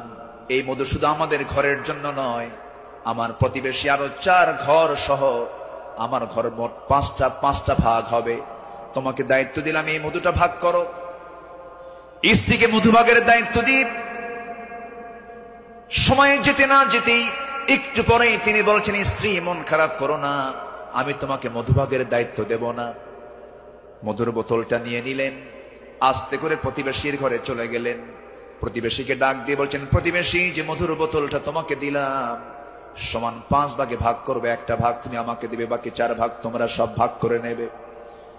তিনি তার অংশের মধুটা নিয়ে আসলেন, নিয়ে সেই স্ত্রীর সামনে দাঁড়িয়ে বলছেন, আমার স্ত্রী, আল্লাহর কসম করে বলি, আমি তোমাকে সন্দেহ করিনি, আমি তোমাকে ভালোবাসি। আমি রাষ্ট্র চালাই, তুমি আমার পরিবার চালাও, সন্তানাদির দিকে খেয়াল করো, আমার বড় উপকার তুমি করো। আমি তোমাকে সন্দেহ করে তোমার হাত থেকে মধুর বোতল আমি নেই নাই। আমি নিয়েছি এই কারণটা হলো, এই যে মধু তুমি যখন ভাগ করতে যাবে, যদিও সমান ভাগে ভাগ করবে, কিন্তু মধু হলো তরল জিনিস। এই তরল মধু ভাগ করতে নিয়ে তোমার হাতে যতটুকু মধু লেগে যাবে, 1 ফোঁটা হোক, 2 ফোঁটা হোক, 3 ফোঁটা হোক, এতটুকু মধু আমাদের ভাগে বেশি আসুক এটা চাই নাই। মনে করে মধুভাগের দায়িত্ব আমি অন্যের কাঁধে চাপায়া দিয়েছি। জোরে বলি আল্লাহু আকবার। ইন্নাল্লাহা ইয়া'মুরু বিল আদল ওয়াল ইহসান। আল্লাহু আকবার বলি। নাম্বার 4 হলো 10টা পয়েন্ট, একটু কান লাগান, খরগোশের মতো কানটা একটু খাড়া করে মনোযোগ দিয়ে, সবাই মনোযোগ দিয়ে শুনুন।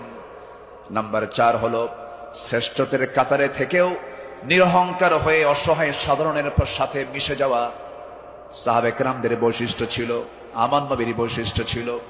আল্লাহ রাব্বুল আলামিন অর্ডার করেছেন, ওয়াখফিদ জানাহাকা লিমান ইত্তাবা'আকা মিনাল মুমিনিন। সূরা শুআরা 215 নম্বর আয়াত। মুমিনদের মধ্যে যারা তোমার অনুসরণ করে তাদের প্রতি তোমার বাহুকে অবনত করো, তাদের জন্য তুমি সুন্দর করে তাদের পাশে দাঁড়িয়ে যাও, দিলটা নরম করে তাদের সঙ্গে কথা বলো। জোরে বলি সুবহানাল্লাহ। আমার বন্ধুগণ, এই ব্যাপারে আমার নবী সবার আগে তিনি এগিয়ে এসেছেন। ঈদের দিন আমার নবীজি দেখেন জীর্ণ শীর্ণ পোশাকে ছোট্ট একটা বাচ্চা কাঁদতেছে আর হাঁটতেছে। আমার নবীজি জড়িয়ে ধরলেন, কোলের মধ্যে তুলে বলছেন, কাঁদো কেন সন্তান, কি হয়েছে বলো?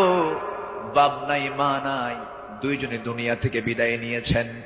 আমার নবীজি ধুলাই মলিন সন্তানটাকে, শিশুটাকে কোলের মধ্যে তুলে নিয়ে সোজা ঘরের মধ্যে ঢুকলেন। ঢুকে বলছেন, আয়েশা, বাচ্চা নিয়ে আসছি, সন্তান নিয়ে আসছি। ও কলিজার টুকরা সন্তান, এই যে মহিলাকে দেখতে পেতেছ আজকের থেকে এটাই তোমার মা, আর আমি তোমার সামনে দাঁড়িয়ে আছি, আমি হলাম তোমার বাবা।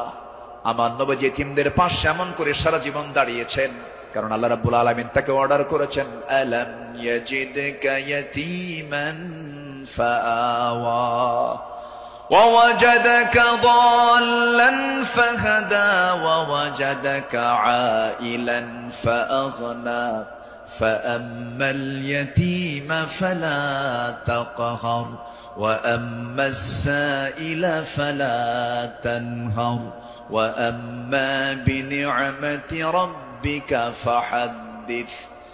আমার বন্ধুগণ, সাইয়েদনা আবু বকর সিদ্দিক রাদিয়াল্লাহু আনহুর খেলাফত আমল চলছিল। সাইয়েদনা আবু বকর রাদিয়াল্লাহু তাআলা আনহু সেই সময় যখন তিনি খেলাফত পেলেন, নতুন যখন তিনি দায়িত্ব পেলেন, খেলাফত গ্রহণ যখন তিনি করলেন, নতুন খলিফা হয়েছেন, এই খেলাফতের সংবাদ পেয়ে অনেকে আনন্দ প্রকাশ করছে। সুন্দর একজন খলিফা আমরা পেয়েছি। কিন্তু ওই মদিনার ছোট্ট একটা গ্রামের একজন মহিলা অঝরে ঝাড়ে কাঁদতেছে, কান্নায় এসে ভেঙ্গে পড়ছে। সবাই বলল, মহিলা তুমি কান্দো কেন? ও নারী তুমি কান্দো কেন? ও মহিলা তুমি কান্দো কেন? কান্নার হেতুটা কি? সঙ্গে সঙ্গে মহিলা বলতেছে, কান্নার কারণ হলো এমন একজন ব্যক্তি খেলাফতের দায়িত্ব পেয়েছে, যে লোকটা আমার বাড়ির প্রত্যেকদিন ছাগলটা দহন করে যেত, ছাগলের দুধটা দহন করত। আজকে সে খেলাফতের দায়িত্ব পেল, কিন্তু আমার এই ছাগলের দুধটা দহন করার মতো লোক আর আমি পাবো না, এই জন্য আমি কান্দি। ওই মহিলার কান্না যখন সাইয়েদনা আবু বকরের কানে যখন সংবাদটা চলে গেছে, ওই মহিলার সামনে দাঁড়িয়ে বলছেন, মহিলা কেঁদো না, আমি খলিফার দায়িত্ব পেয়েছি, খেলাফতের দায়িত্ব পেয়েছি বলে তোমার দায়িত্ব আমি পালন করব না, ভুল কথা। আমার দায়িত্ব এটা রয়ে যাবে, আমার খেলাফতের দায়িত্ব রয়ে যাবে। জোরে করেন সুবহানাল্লাহ। ইবনে আসাকার বলেন, সিরাত গ্রন্থে এসেছে, সাইয়েদনা আবু বকর সিদ্দিক রাদিয়াল্লাহু তাআলা আনহু একটা গ্রাম ছিল, একটা পল্লী ছিল, ছোট্ট একটা মহল্লা ছিল। ওই মহল্লার প্রত্যেক ঘরে ঘরে গিয়ে সাইয়েদনা আবু বকর প্রত্যেক ঘরের ছাগলগুলোর দুধ তিনি দহন করে দিয়ে আসতেন। যেরকম সুবহানাল্লাহ, আরো জোরে বলে সুবহানাল্লাহ। শ্রেষ্ঠত্বের কাতারে থেকেও নিরহংকারী হয়ে তারা জনগণের খাদেম ছিলেন, জনগণের খেদমত তারা করেছেন। রাতের বেলা একদিন তিনি খালি পায়ে হাঁটতেছেন। কি পায়ে বলেন? খালি পায়ে হাঁটতেছেন। সাইয়েদনা ওমর ফারুক দেখে বলছেন, আমিরুল মুমিনিন, আপনি খালি পায়ে হাঁটেন কেন? পাথরের আঘাতে আপনার চামড়া ফেটে তো রক্ত বের হয়ে যাবে, আপনি আহত হয়ে পড়বেন, রক্তাক্ত হয়ে যাবেন। তিনি বলছেন, ভাই ওমর, এই রাতের গভীর রাত্রিতে, গভীর নিশীথে আমি যদি জুতা পায়ে হাঁটতে যাই, পাথরের সাথে জুতার একটা আঘাত লাগবে, একটা শব্দ সৃষ্টি হয়ে যাবে। এই শব্দে যদি আমার নাগরিকের যদি ঘুমের ব্যাঘাত হয়, কিয়ামতের দিন আমাকে তার জন্য আসামির কাঠ গড়ায় দাঁড়াতে হবে। জোরে বলি আল্লাহু আকবার। ঢাকা থেকে নেতা আসিতেছেন চট্টগ্রাম, ঢাকা চট্টগ্রামের রোড 4 ঘন্টা বন্ধ। এমন নেতৃত্ব আমরা চাই না।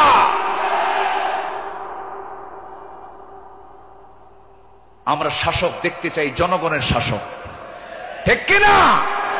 আমরা কিসের শাসক দেখতে চাই? যাকে দেখলে ওমরের কথা মনে হবে, যাকে দেখলে আবু বকরের কথা মনে হবে, যাকে দেখলে ওসমানের কথা মনে হবে। একটা ওমর আল্লাহ পাক তুমি বাংলার জমিনে দিয়ে দাও। জোরে বলি আল্লাহুম্মা আমিন। সাইয়্যিদনা আবু বকর সিদ্দিক রাদিয়াল্লাহু তাআলা আনহু, খেলাফত মানে কি? একটা দেশের তিনি রাষ্ট্রপ্রধান। রাতের বেলা তিনি চলে গেছেন হলো প্রতিবেশীর ঘরে। কোন প্রতিবেশী? যে প্রতিবেশীর স্বামী নাই, ছেলে নাই, মেয়ে নাই। যেই মহিলার তিনি খেদমত করতে গেছেন তার চোখটাও নাই। বয়োবৃদ্ধ জ্ঞানবৃদ্ধ একজন নারী, সচেতন একজন নারী। তিনি তার খেদমত করার জন্য খেলাফতের দায়িত্ব পাওয়ার পরও তিনি চলে গেছেন। দরজায় নক করেছেন, খেদমত করলেন, বের হয়ে আসছেন। পরের রাত্রিতে সাইয়্যিদনা ওমর ফারুক রাদিয়াল্লাহু আনহু তিনি ভাবলেন, আমার ভাই আবু বকর তো খেলাফতের দায়িত্ব পেয়েছেন, উনি কি খেদমত করতে পারছেন কিনা জানি না। উনি চলে গেছেন খেদমত করার জন্য। দরজায় তিনি নক করেছেন, বুড়িমা আপনার খেদমতের জন্য আমি এসেছি, আমি ওমর আসছি। কে প্রয়োজন নেই। কেন? কিছুক্ষণ আগে একজন খেদমত করে চলে গেছে। উনি ভাবলেন যে খেদমতটা কে করতে পারে। পরপর তিনি 3 রাত ওই বুড়ি মহিলার ঘরের পাশে গিয়ে আড়ালে তিনি দাঁড়ালেন, খুঁজে পাচ্ছেন না, কখন ঢোকে তাও টের পাওয়া যায় না। তৃতীয় রাত্রিতে তিনি বুঝতে পারলেন একটা মানুষ খালি পায়ে ভিতরে ঢুকলো, কিন্তু অন্ধকার তো দেখতে পান নাই।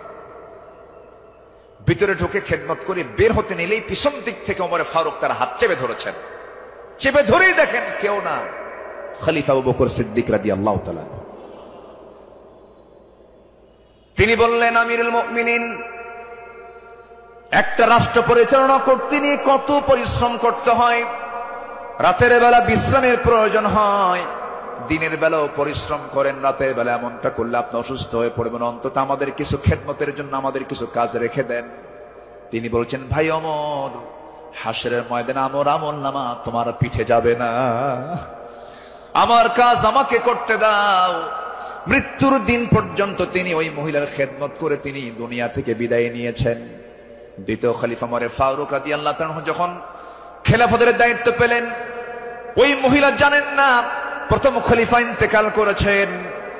খেলাফতের দায়িত্ব যেদিন পেয়েছেন সেই দিনই রাত্রেবেলায় ওমর ফারুক তিনি চলে গেছেন মহিলার ঘরে। দরজায় নক করে ভিতরে ঢুকেছেন। মহিলা জানেন না খাদেম চেঞ্জ হয়েছে।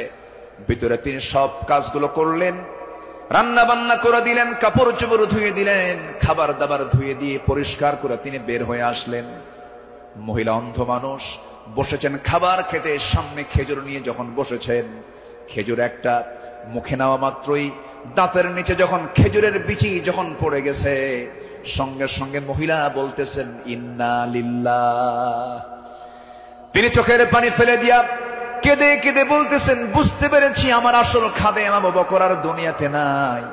আমার আবু বকর যখন আমার খেদমত করতে আসতো, যখন সে খেজুরগুলো আমাকে ধুয়ে দিত, শুধু খেজুর শুধু ধুয়ে দিত না, খেজুরগুলো ধুয়ে ভিতরের যে বিচিগুলো আছে বিচিগুলো সরায়া আমার সামনে রেখে দিত, যেন আমার খেতে কোনো কষ্ট না হয়। জোরে বলে সুবহানাল্লাহ, আরো জোরে বলে সুবহানাল্লাহ। শাসক ছিলেন, শাসকের কাতারে থেকেও তারা নিরহংকারী হয়ে জনগণের সেবা করেছেন। আল্লাহু আকবার বলে। সাইয়্যিদনা ওমর ফারুক রাদিয়াল্লাহু তাআলা আনহু তিনি যেদিন শাসনভার তার কাছে আসে, তার কাঁধে যখন আসে, সেই দিন থেকে নিয়ে শুরু করে মৃত্যুর দিন পর্যন্ত কোন রাত তার পিঠটা তার বিছানার সঙ্গে লাগাতে দেননি। দিন দিন শুকায় যাচ্ছিলেন। বলা হলো, আপনি শুকায় যাচ্ছেন কেন? তিনি বললেন কেঁদে কেঁদে, তোমরা আমাকে এমন দায়িত্ব দিয়েছো যে দায়িত্ব আমাকে স্বাস্থ্যহীন বানিয়ে দিয়েছে। পরকালীন জবাবদিহিতার অনুভূতি ছাড়া একটা শাসক কখনো ভালো হতে পারে না। আসতে বলবেন না, জোরে বলুন ঠিক কিনা? অতএব সেই গদি সমস্যার সমাধানের জন্য আমরা চাই যোগ্য, সৎ, আল্লাহওয়ালা, কোরআন প্রেমিক একজন শাসক আমরা চাই। আল্লাহ কবুল করুন, আল্লাহ কবুল করুন। এই কথাটা কেন বললাম? কারণ এখন যে সরকারটা আছে, এটা কি স্থায়ী না অস্থায়ী? এই জন্য আলোচনার মধ্যে এই ফাঁকে এই কথাটা একটু বলে ফেললাম। সম্মানিত ভাইয়েরা, আমার সময় তো ফুরে যাচ্ছে, আমাকে শেষ করতে হবে। শেষ কি করে দেব? আলোচনা চলুক, হুজুর মরুক। জি, জোরে বলি ইনশাআল্লাহ। জি, আল্লাহ কবুল করুন, জোরে বলি আমিন। নাম্বার 5, সকল দুর্নীতি এবং অন্যের বিরুদ্ধে কঠোর অবস্থান আমার নবীরও ছিল, সাহাবে কেরামদের মাঝে এই বিষয়ে তারা খুব সতর্ক থাকতেন। আল্লাহ রাব্বুল আলামিন বলেন, ولا تأكلوا أموالكم بينكم بالباطل وتدلوا بها إلى الحكام لتأكلوا فريقا من أموال الناس بالإثم وأنتم تعلمون। জোরে বলুন আল্লাহু আকবার।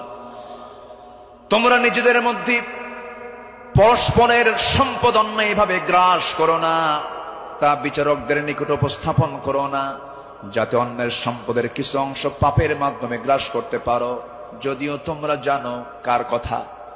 আসতে বলবেন না কার কথা। আরেক জায়গায় বলছেন লা তাকুলু, তোমরা খেতে যেও না। কি খেতে যেও না? কুলু মিন তাইয়্যিবাত, পবিত্র খাবে, হারাম কিছু খাবে না। লা তাকুলুর রিবা আদআফা মুদাআফা আহাল্লাল্লাহুল বাইয়া ওয়া হাররামান। রিবা বিভিন্ন জায়গাতে আল্লাহ পাক ক্লিয়ার কথা বলে দিয়েছেন। আমার বন্ধুগণ, সাহাবায়ে কেরাম দুর্নীতি কেমন করে বন্ধ করা যায়, অন্যের বিরুদ্ধে কেমন কঠোর হতে হয়, তা বাস্তব জীবনে তা দেখিয়ে দিয়েছেন। বাস্তব জীবনে আল্লাহ রাসূল তা বুঝিয়ে দিয়েছেন। বিচার কেমনে করতে হয়, বিচারের রায় কেমনে নামাতে হয়, তাও রাসূল শিখিয়ে দিয়েছেন। বিচার কি সবার জন্য সমান না সমান? আইন সবার জন্য, আইন সবার জন্য সমান। আমার নবীজি বসে আছেন, একটা বিচার আসলো। এক সম্ভ্রান্ত পরিবারের মহিলা কন্যা সন্তান চুরি করে ধরা পড়েছে। রাসূল বললেন, কোনো কথা নাই, হাত কাটো, হাত কেটে ফেলো। রাসূল অর্ডার দিলেন। আমার নবীর উপরে কথা বলার কোনো সাহস কারো নাই। ওই সম্ভ্রান্ত পরিবারের লোকজন এসে সাইয়েদনা ওমর ফারুককে বিভিন্ন কিছু বুঝায়া দিয়ে বলছেন, আপনি যদি রাসূলকে সুপারিশ করেন হয়তো রাসূল শুনতে পারেন। সাইয়েদনা ওমর ফারুক এসে আমার নবীর সামনে দাঁড়িয়ে বলছেন, ইয়া রাসূলুল্লাহ, যে মহিলার হাত কাটার অর্ডার দেওয়া হয়েছে সে তো সম্ভ্রান্ত পরিবারের, দেখুন তো কিছু করা যায় নাকি? আমার নবীজি সেই সময় আল্লাহর কসম করে বলেন, আল্লাহি, হে আমার ওমর, আল্লাহর কসম করে বললি, আল্লাহর কসম করে বলছি, এই চুরিটা যদি ওই সম্ভ্রান্ত পরিবারের মেয়ে ফাতিমা না হয়ে যদি কলিজার টুকরা মেয়ে আমার ফাতিমা বিনতে মুহাম্মদ হতো, যদি এটা প্রমাণ হয়ে যেত, লাকাতাতু ইয়াদাহা, আমি রাসূল নিজে তার হাতটা ধরে কেটে দিতাম। আল্লাহু আকবার। দুর্নীতির কোনো সুযোগ সেই সমাজে ছিল না, কারণ যারা বিচার করেছেন তারা ছিলেন হলো সৎ বিচারক। আমরা সৎ শাসক, সৎ বিচারক দেখতে চাই। আর সৎ শাসক এবং সৎ বিচারক সৃষ্টি তখনই হতে পারে যারা কোরআন সমাজে চায়। যারা সমাজে কি চায়? কোরআন চায়। সাইয়েদনা ওমর ফারুক রাদিয়াল্লাহু তাআলা আনহু, যে সময় তিনি খলিফাতুল মুসলিমিন, ইরাকের গভর্নর ছিলেন হলো আবু মুসা আশআরী রাদিয়াল্লাহু তাআলা আনহু। তিনি করলেন কি, তিনি একদিন মদিনায় এসে সাইয়েদনা ওমর ফারুক রাদিয়াল্লাহু আনহুর জন্য এবং তার স্ত্রী আতিকা রাদিয়াল্লাহু আনহার জন্য কিছু কাপড় চোপড় উপঢৌকন স্বরূপ নিয়ে আসলেন। নিয়ে এসে তার সামনে দাঁড়িয়ে বলছেন, আমিরুল মুমিনিন, আপনার জন্য এই যে আপনার জন্য কিছু কাপড় উপঢৌকন নিয়ে এসেছি। তিনি মুস্কি হাসি মারলেন। মুস্কি হাসি মেরে বললেন, আমার গভর্নর আবু মুসা আশআরী, তুমি আমার জন্য এই যে উপঢৌকন গুলো নিয়ে এসেছো, হাদিয়া নেওয়া সুন্নত, হাদিয়া দেওয়া সুন্নত, তাহাদু তাহাব্বু, ভালো কথা, এটা সাধারণ ব্যক্তিদের মাঝে হতে পারে, কিন্তু আমি শাসক, আমি যদি আজকে তোমার এই উপঢৌকন গ্রহণ করি, ঘুষের পর্যায়েও যেতে পারে, আমি এটা গ্রহণ করব না। আল্লাহু আকবার বলেন। তিনি না গ্রহণ করে তার হাদিয়াটাকে, উপঢৌকনটাকে তিনি ফেরত দিয়েছেন। শাসকের কাতারে থেকে এমন উপঢৌকন নাও আমি জায়েজ মনে করি না, বললেন ওমর ফারুক রাদিয়াল্লাহু তাআলা। আল্লাহু আকবার। সম্মানিত ভাইরা, সম্মানিত বন্ধুগণ, নাম্বার 6 হলো নির্ভীকতা এবং মহান আল্লাহর উপরে দৃঢ় তাওয়াক্কুল করা। এটা ছিল আমার নবী এবং সাহাবে কেরামদের সারা জীবনের আমল ছিল। জীবনে তারা চুল পরিমাণ কোনো ভয় পান নাই। আমরা কি ভয় করব কাউকে?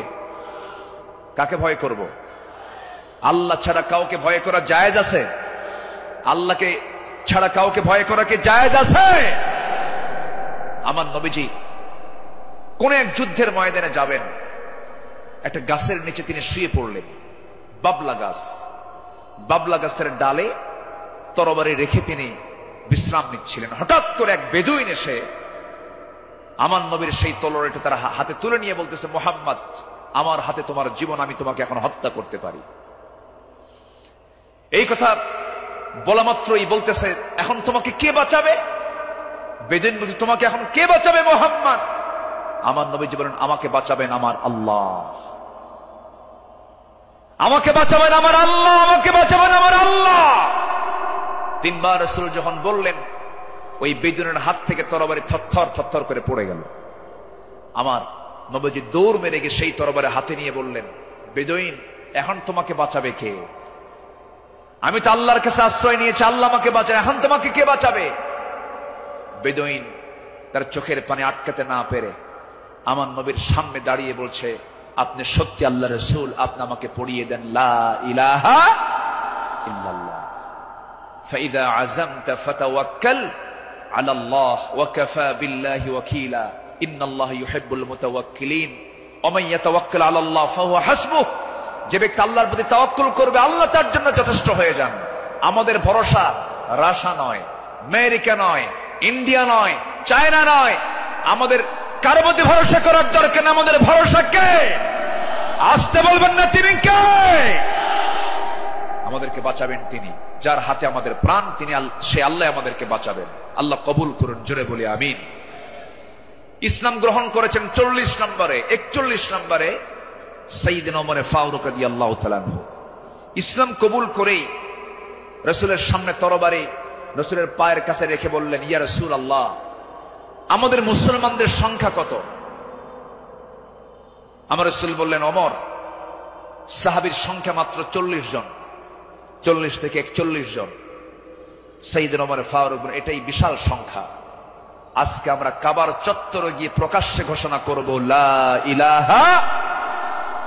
কোন সাহাবী বললেন? বলেন বলেন, কোন সাহাবী? আজকে তো এক সাহাবীর ইতিহাসটা একটু বেশি টানলাম, প্রসঙ্গটা চলে আসলো।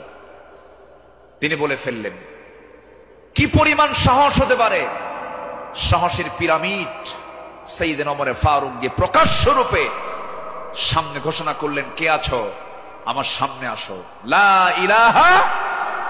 তরবারি হাতে দৃপ্ত পদক্ষেপে আল্লাহু আকবার ধ্বনিতে মুখরিত করে আকাশ বাতাস সামনের দিকে যেতে লাগলেন। আবু জেহেল হতভম্ব হলো। আবু জেহেল মনে মনে ভাবলো, পাঠালাম কি জন্য, আর হয়ে গেল কি? সাইয়েদনা ওমর ফারুক রাদিয়াল্লাহু তাআলা এত সাহসী ছিলেন, সেই বজ্র কণ্ঠের ওমর এখনো দরকার আছে না নাই? সেই বজ্র কণ্ঠের ওমর এখনো দরকার আছে না নাই? নতুন বাংলাদেশ তৈরি করার জন্য ওমর প্রয়োজন, আবু বকর প্রয়োজন। আমরা আবু বকরের মতো দৃঢ়চেতা হব, ওমরের মতো সাহসী হব, ওসমানের মতো ধৈর্যশীল হব, আলীর মতো লড়াকু সৈনিক হয়ে বাতিল শক্তির মোকাবেলায় আমরা ঝাঁপিয়ে পড়ব প্রয়োজনে। রাজি আছেন কারা কারা? হাত উঁচু করে দেখান মুসলমান।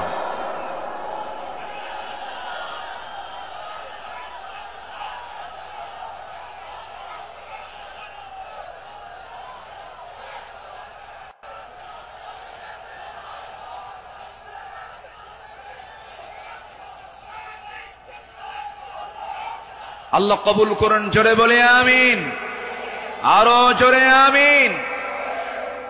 আল্লামা ইকবাল এই জন্য সাহাবাদের ভূমিকা বর্ণনা করে বর্তমান সময়ের মুসলিমদের দুরবস্থা নিয়ে আফসোস করে তিনি একটা লাইন বলেছেন। তিনি কি বলেছেন? সফহাওয়ার সে বাতিল কো মিটায়া কিসনে, নুয়ে ইনসা কো গুলামি সে ছুড়াইয়া কিসনে, मेरे काबे को जमीनों से बचाया किसने, मेरे कुरान को सीनों से लगाया किसने, थे तू अबाओ तुम्हारे ही मगर तुम क्या हो, हद पर हद दहरे मुंतजरे फरदा हो। কবি, বিশ্বকবি আল্লামা ইকবাল তিনি বলছেন, যারা এসব অসার বাতিল দূর করেছে জগৎ হতে, ছাড়িয়েছে মানব কুলে দাস গোলামির কবল হতে, কাবা ঘরে সেজদা করার জাগলো প্রথা যাদের সাথে, বুকে কোরআন ধারণ করা শিখল জগৎ যারা হাতে, তারা তোদের পূর্বপুরুষ আর আজকে তোমাদেরকে হে ইন্তেজারি করছে বসে হাতের উপর হাতটি রেখে। আফসোস করে তিনি বলছেন, সাহাবীরা কি করে গেলেন আর তোমরা কি করছো? তোমরা এক একটা ওমর হয়ে যাও, এক একটা আবু বকর হয়ে যাও, জান্নাত পাওয়ার জন্য সাহাবীদের অনুসরণটাই তোমার জন্য যথেষ্ট হয়ে যাবে। জোরে বলি সুবহানাল্লাহ। নাম্বার 7 হলো নিজ দায়িত্বের ভারে অস্থির চিত্ততা নিয়ে আমার রাসূল চলতেন, সাহাবে কেরামও চলতেন। আমার নবীজি বিদায় হজের ভাষণের দিন আমার নবীজি কেঁদে অস্থির হয়ে যাচ্ছিলেন। সাহাবে কেরামকে লক্ষ্য করে বলছেন, ওয়া আনতুম তুসআলুনা আন্নী ফামা আনতুম কাইলুন, আমার ব্যাপারে প্রশ্ন করা হলে তোমরা কি বলবে? সাহাবীরা বললেন, নাশহাদু আন্নাকা ক্বাদ বাল্লাগতা ওয়া আদাইতা ওয়া নাসাহতা, আমরা সাক্ষ্য দেব আপনি দায়িত্ব পালন করেছেন, আপনি উপদেশ দিয়েছেন।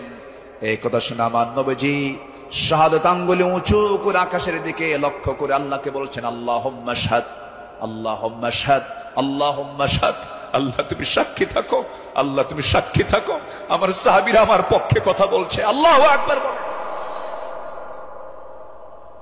নিজের দায়িত্ব নিয়ে রাসূল খুব অস্থির চিত্ততা প্রকাশ করতেন মাঝে মাঝে। আমার বন্ধুগণ, আমার নবীজি মাঝে মাঝে এত পরিমাণ কাঁদতেন, কান্নার পরিমাণ এত হতো, আমার নবীজি যখন সেজদায় পড়ে যেতেন না, সেই শরীফের হাদিসে এসেছে, পানি গরম হলে পরে টকবক যেমন আওয়াজ হয়, ফুটন্ত পানি যেমন টকবক টকবক আওয়াজ করে, আমার নবীজি সেজদার সময় এত পরিমাণ কাঁদতেন। আমার নবীজির সেজদার সময় যে মুখ থেকে কান্নার আওয়াজটা বের হতো টকবক করা পানির মতো, এত কাঁদতেন তিনি। কেন কাঁদতেন, কি জন্য কাঁদতেন? তিনি শুধু চেয়েছেন, ও আল্লাহ, আমার উম্মতকে তুমি জাহান্নাম দিবা না, আমার উম্মতকে তুমি জান্নাত দিবা। তিনি তার নিজের জন্য বেশি কেঁদেছেন না, উম্মতের জন্য বেশি কেঁদেছেন, উম্মতের জন্য বেশি কেঁদেছেন। আমার বন্ধুগণ, এই জন্য এই পৃথিবীতে সবচাইতে বেশি ভালোবাসবে 1 নাম্বার কাকে বলেন? আসতে বলবেন না কাকে। নাম্বার 2 হচ্ছে মুহাম্মদ সাল্লাল্লাহু আলাইহি ওয়াসাল্লামকে আমরা ভালোবাসবো। তিনিও ভালোবেসেছেন। আমার ভাইয়েরা, আমার বন্ধুগণ, নাম্বার 8 হলো আদর্শ নেতৃত্বের অনুতুলনীয় আলোকচ্ছটাই সাহাবে কেরাম। সাহাবে কেরামকে আল্লাহ রাব্বুল আলামিন অনেক সম্মান দান করেছেন। লাকাদ আরসালনা রুসুলানা বিল বাইয়িনাতি ওয়া আনজালনা মাআহুমুল কিতাবা ওয়াল মিজানা লিয়াকুমান নাসু বিল কিসত। জোরে বলুন আল্লাহু আকবার। আমার বন্ধুগণ, সময় যেহেতু কম, শেষের দিকে আস্তে আস্তে চলে যাচ্ছি। নাম্বার 9 হলো তাকওয়ার উজ্জ্বল দৃষ্টান্ত ছিলেন আমার নবী এবং সাহাবে কেরাম। লাকিনিল্লাযীনা তাকাও রাব্বাহুম লাহুম জান্নাতুন তাজরি মিন তাহতিহাল আনহার আল-আনহারু খালিদিনা ফিহা নুজুলাম মিন ইনদিল্লাহ ওয়া মা ইনদাল্লাহি খায়রুল লিল আবরার। জোরে বলুন আল্লাহু আকবার। যারা নিজেদের প্রতিপালককে ভয় করে চলে, তাদের জন্য আছে এমন সব উদ্যান, এমন সব জান্নাত যারা তলদেশ দিয়ে নহর প্রবাহিত। আল্লাহর পক্ষ থেকে অতিথিয়তা স্বরূপ তারা সর্বদা সেখানে থাকবে। আল্লাহর নিকট যা কিছু আছে পুণ্যবানদের জন্য তাই হলো শ্রেষ্ঠ। জোরে বলি সুবহানাল্লাহ। তাকওয়া কাকে বলে সাহাবে কেরাম শিখিয়েছেন, তাকওয়া কাকে বলে আম্বিয়ে কেরাম শিখিয়েছেন। বিশেষ করে আমার নবীজি তাকওয়ার তিনি মূর্ত প্রতীক ছিলেন। আমার বন্ধুগণ, নাম্বার 10 হলো, নাম্বার 10 সর্বশেষ যেটা, সেটা হলো আল্লাহর কাছে বিনম্র চিত্তে অশ্রু ঝরানো, চোখের পানি ফেলে ফেলে কাঁদা। এই দুনিয়াতে আমি যখন জন্ম নিয়েছি আমার প্রথম ভাষা ছিল হাসা না কাঁদা, হাসি না কান্না। মার পেট থেকে দুনিয়াতে এসে আমি কেঁদেছি না হেসেছি? কেঁদেছি। মূলত এই জায়গাটা হলো, এই দুনিয়াটা হলো কান্নাকাটি করার জায়গা। হাসির জায়গা হলো জান্নাত, আনন্দের জায়গা হলো জান্নাত। জান্নাতে গিয়ে বান্দার জীবনের সমস্ত আনন্দ সেই জান্নাতই সে ভোগ করবে। হুজিবাতুল জান্নাতু বিল মাকারিহ, হুজিবাতুন নারু বিশ শাহাওয়াত। আমার বন্ধুগণ, আমার নবীজি যখন কাঁদতেন, অস্থির হয়ে যেতেন, তার চোখের কোনা বেয়ে বেয়ে টপ টপ করে পানি পড়তো, দাড়িগুলো ভিজে যেত, কপাল ফুলে যেত, হাঁটুগুলো ফুলে যেত। ঘন্টার পরে ঘন্টা সেজদায় পড়ে কেঁদেছেন, কারণ আল্লাহ পাক তার শানে বলেছেন, ওয়া মিনাল লাইলি ফাতাহাজ্জাদ বিহি নাফিলাতাল লাক আসা আন ইয়াবআসাকা রাব্বুকা মাকামান মাহমুদা। জোরে বলুন আল্লাহু আকবার। আরেক জায়গায় বলছেন, ওয়াল্লাযীনা ইয়াবিতুনা লিরাব্বিহিম সুজ্জাদান ওয়া কিয়ামা والذين يقولون ربنا اصرف عنا عذاب جهنم إن عذابها كان غراما إنها ساءت مستقرا ومقاما। আল্লাহর যারা বান্দা হবে, রাত গভীর হয়ে যাবে, সবাই ঘুমের সাগরে হাবুডুবু খাবে, কিন্তু আল্লাহর পছন্দের বান্দা যারা, তারা তো জানেই আল্লাহ সব সময় প্রথম আকাশে আসেন না। আল্লাহ তাআলা প্রথম আকাশে আসেন কোন সময়? বলুন কোন সময়? কোন সময়? কোন সময়? কোন সময়? শেষ রাত্রিতে চলে আসেন। ফিস সামাঈদ দুনিয়া আলা মিন মুস্তাগফিরিন ফাগফির লাহ। কোন ক্ষমা প্রার্থী আছে আমার কাছে ক্ষমা চাবে? সেই সময় আল্লাহ পাক দুনিয়ার আকাশে চলে আসেন। আল্লাহর পছন্দের বান্দা এই চান্সটা ছেড়ে দেন না। শেষ রাত্রে উঠে চোখের পানি ফেলে শিশুর মতো যারা কান্দাকাটি করবে, আল্লাহর কাছে যারা রোনাজারি করবে, আপনি কি জানেন 7 সমুদ্রের পানি দিয়ে জাহান্নাম নিভতে পারে না, কিন্তু বান্দা যদি আল্লাহর ভয়ে 1 ফোঁটা চোখের পানি ফেলতে পারে, 1 ফোঁটা চোখের পানি 7টা জাহান্নামকে নিভাইয়া দিতে পারে। আমরা কাঁদবো কার কাছে? আসতে বলবেন না, কাঁদবো কার কাছে? পৃথিবীতে কান্নাকাটি করার জায়গা কয়টা? বলেন কয়টা জায়গা? এক জায়গা। কার কাছে?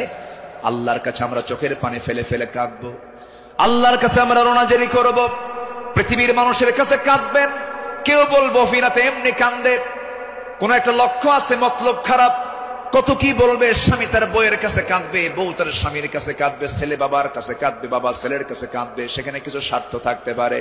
কিন্তু বান্দা যদি শুধুমাত্র আল্লাহর জন্য কাঁদতে পারে, আল্লাহ রাব্বুল আলামিন তার বান্দার সেই কান্নার পরিপূর্ণ জাযা, পরিপূর্ণ পুরস্কার সেই বান্দার হাতে তুলে দিবেন। এই জন্য আমরা চোখের পানি খরচ করব কার জন্য? আসতে বলবো না, কার জন্য আমরা খরচ করব? ইন্নাল্লাযীনা উতুল ইলমা মিন ক্বাবলিহি ওয়া ইযা ইউতলা আলাইহিম ইয়াখিরুনা লিল আযকানি সুজ্জাদা। সূরা বনী ইসরাঈল 107 নম্বর আয়াত। যাদেরকে এর পূর্বে জ্ঞান দান করা হয়েছে, তাদের সামনে যখন আবৃত্তি করা হয়, তখন তারা বিনয়ের সাথে কাঁদতে কাঁদতে ভূমিতে জমিনে তারা লুটিয়ে পড়ে। ইয়াখিরুনা লিল আযকানি সুজ্জাদা। এই জন্য আমরা কাঁদবো। চোখের পানি যদি ফেলতে চাই, একমাত্র ফেলবো আমরা কার জায়গায়? কার কাছে? বলেন কার কাছে? কার কাছে? আল্লাহর কাছে। সাইয়েদনা ওমর ফারুক রাদিয়াল্লাহু তাআলা একদিন বসে আছেন, তার পাশে এক সাহাবী বসে একটা হাদিস বর্ণনা করছিলেন। মিসকাল হাববাতিন মিন কিবার, যার মধ্যে যাররা পরিমাণ অহংকার কাজ করবে, লা ইয়াদখুলুল জান্নাহ, সে ব্যক্তি জান্নাত পাবে না। ওমর ফারুক সেই জায়গা থেকে লাফ মেরে গিয়ে জমিনে লুটিয়ে পড়লেন। গোটা শরীর তিনি ধুলায় মলিন করলেন, আর বলেন, ওমর, তোকে মানুষ খলিফা বলে, তোকে মানুষ শাসক বলে, ওমর তোর মধ্যে মনে হয় অহংকার ঢুকে গেছে, আল্লাহ তোকে মাফ করবে না।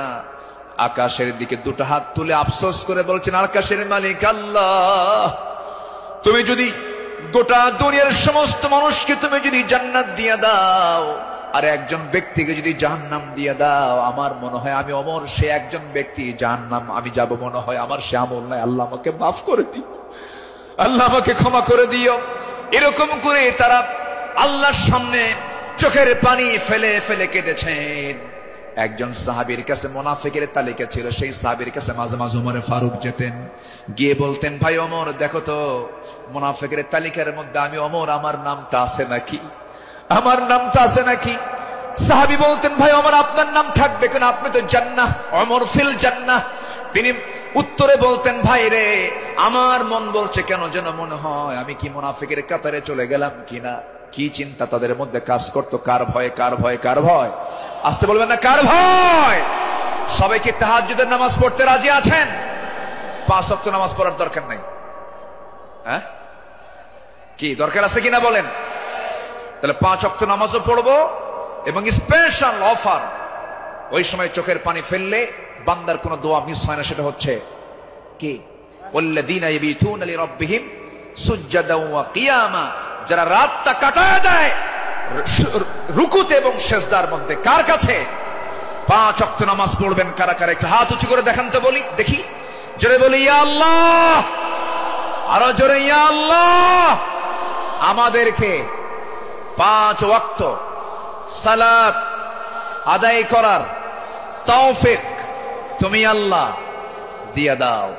জোরে বলি আমিন, আরো জোরে আমিন, আরো জোরে আমিন। আসুন, যেহেতু আজকে প্রথম রজনী, আগামীকালকেও মাহফিল আছে, সবাই আসবেন কিনা? আমরা এই 5 দিন নিয়মিত মাহফিল আসবো। জোরে বলি ইনশাআল্লাহ। এই মাহফিল চট্টগ্রামবাসীর জন্য একটা বড় নিয়ামত। আল্লাহ তুমি এই মাহফিলকে কবুল করো। জোরে বলি আল্লাহুম্মা আমিন। আমরা আর সময় ক্ষেপণ করব না, যেহেতু আগামীকালকেও এখানে মাহফিল আছে, পরশু আছে, তারপরের দিন আছে। প্রত্যেক দিন নতুন নতুন মেহমান এবার সিলেকশন হয়েছে। কুল্লু জাদীদুন লাযীযুন, আসবেন, এক একটা ফুলের এক একটা ঘ্রাণ আপনারা নেবেন ইনশাআল্লাহ। আল্লাহ পাক এই মাহফিলকে কবুল করুন। এই মাহফিলের কমিটির বৃন্দের সকল খেদমতকে আল্লাহ পাক কবুল করুন। অধ্যক্ষ মোহাম্মদ তাহের সাহেব আমার বাম পাশে বসা, আল্লাহ তুমি তার সকল খেদমতকে তুমি আল্লাহ কবুল করে নাও।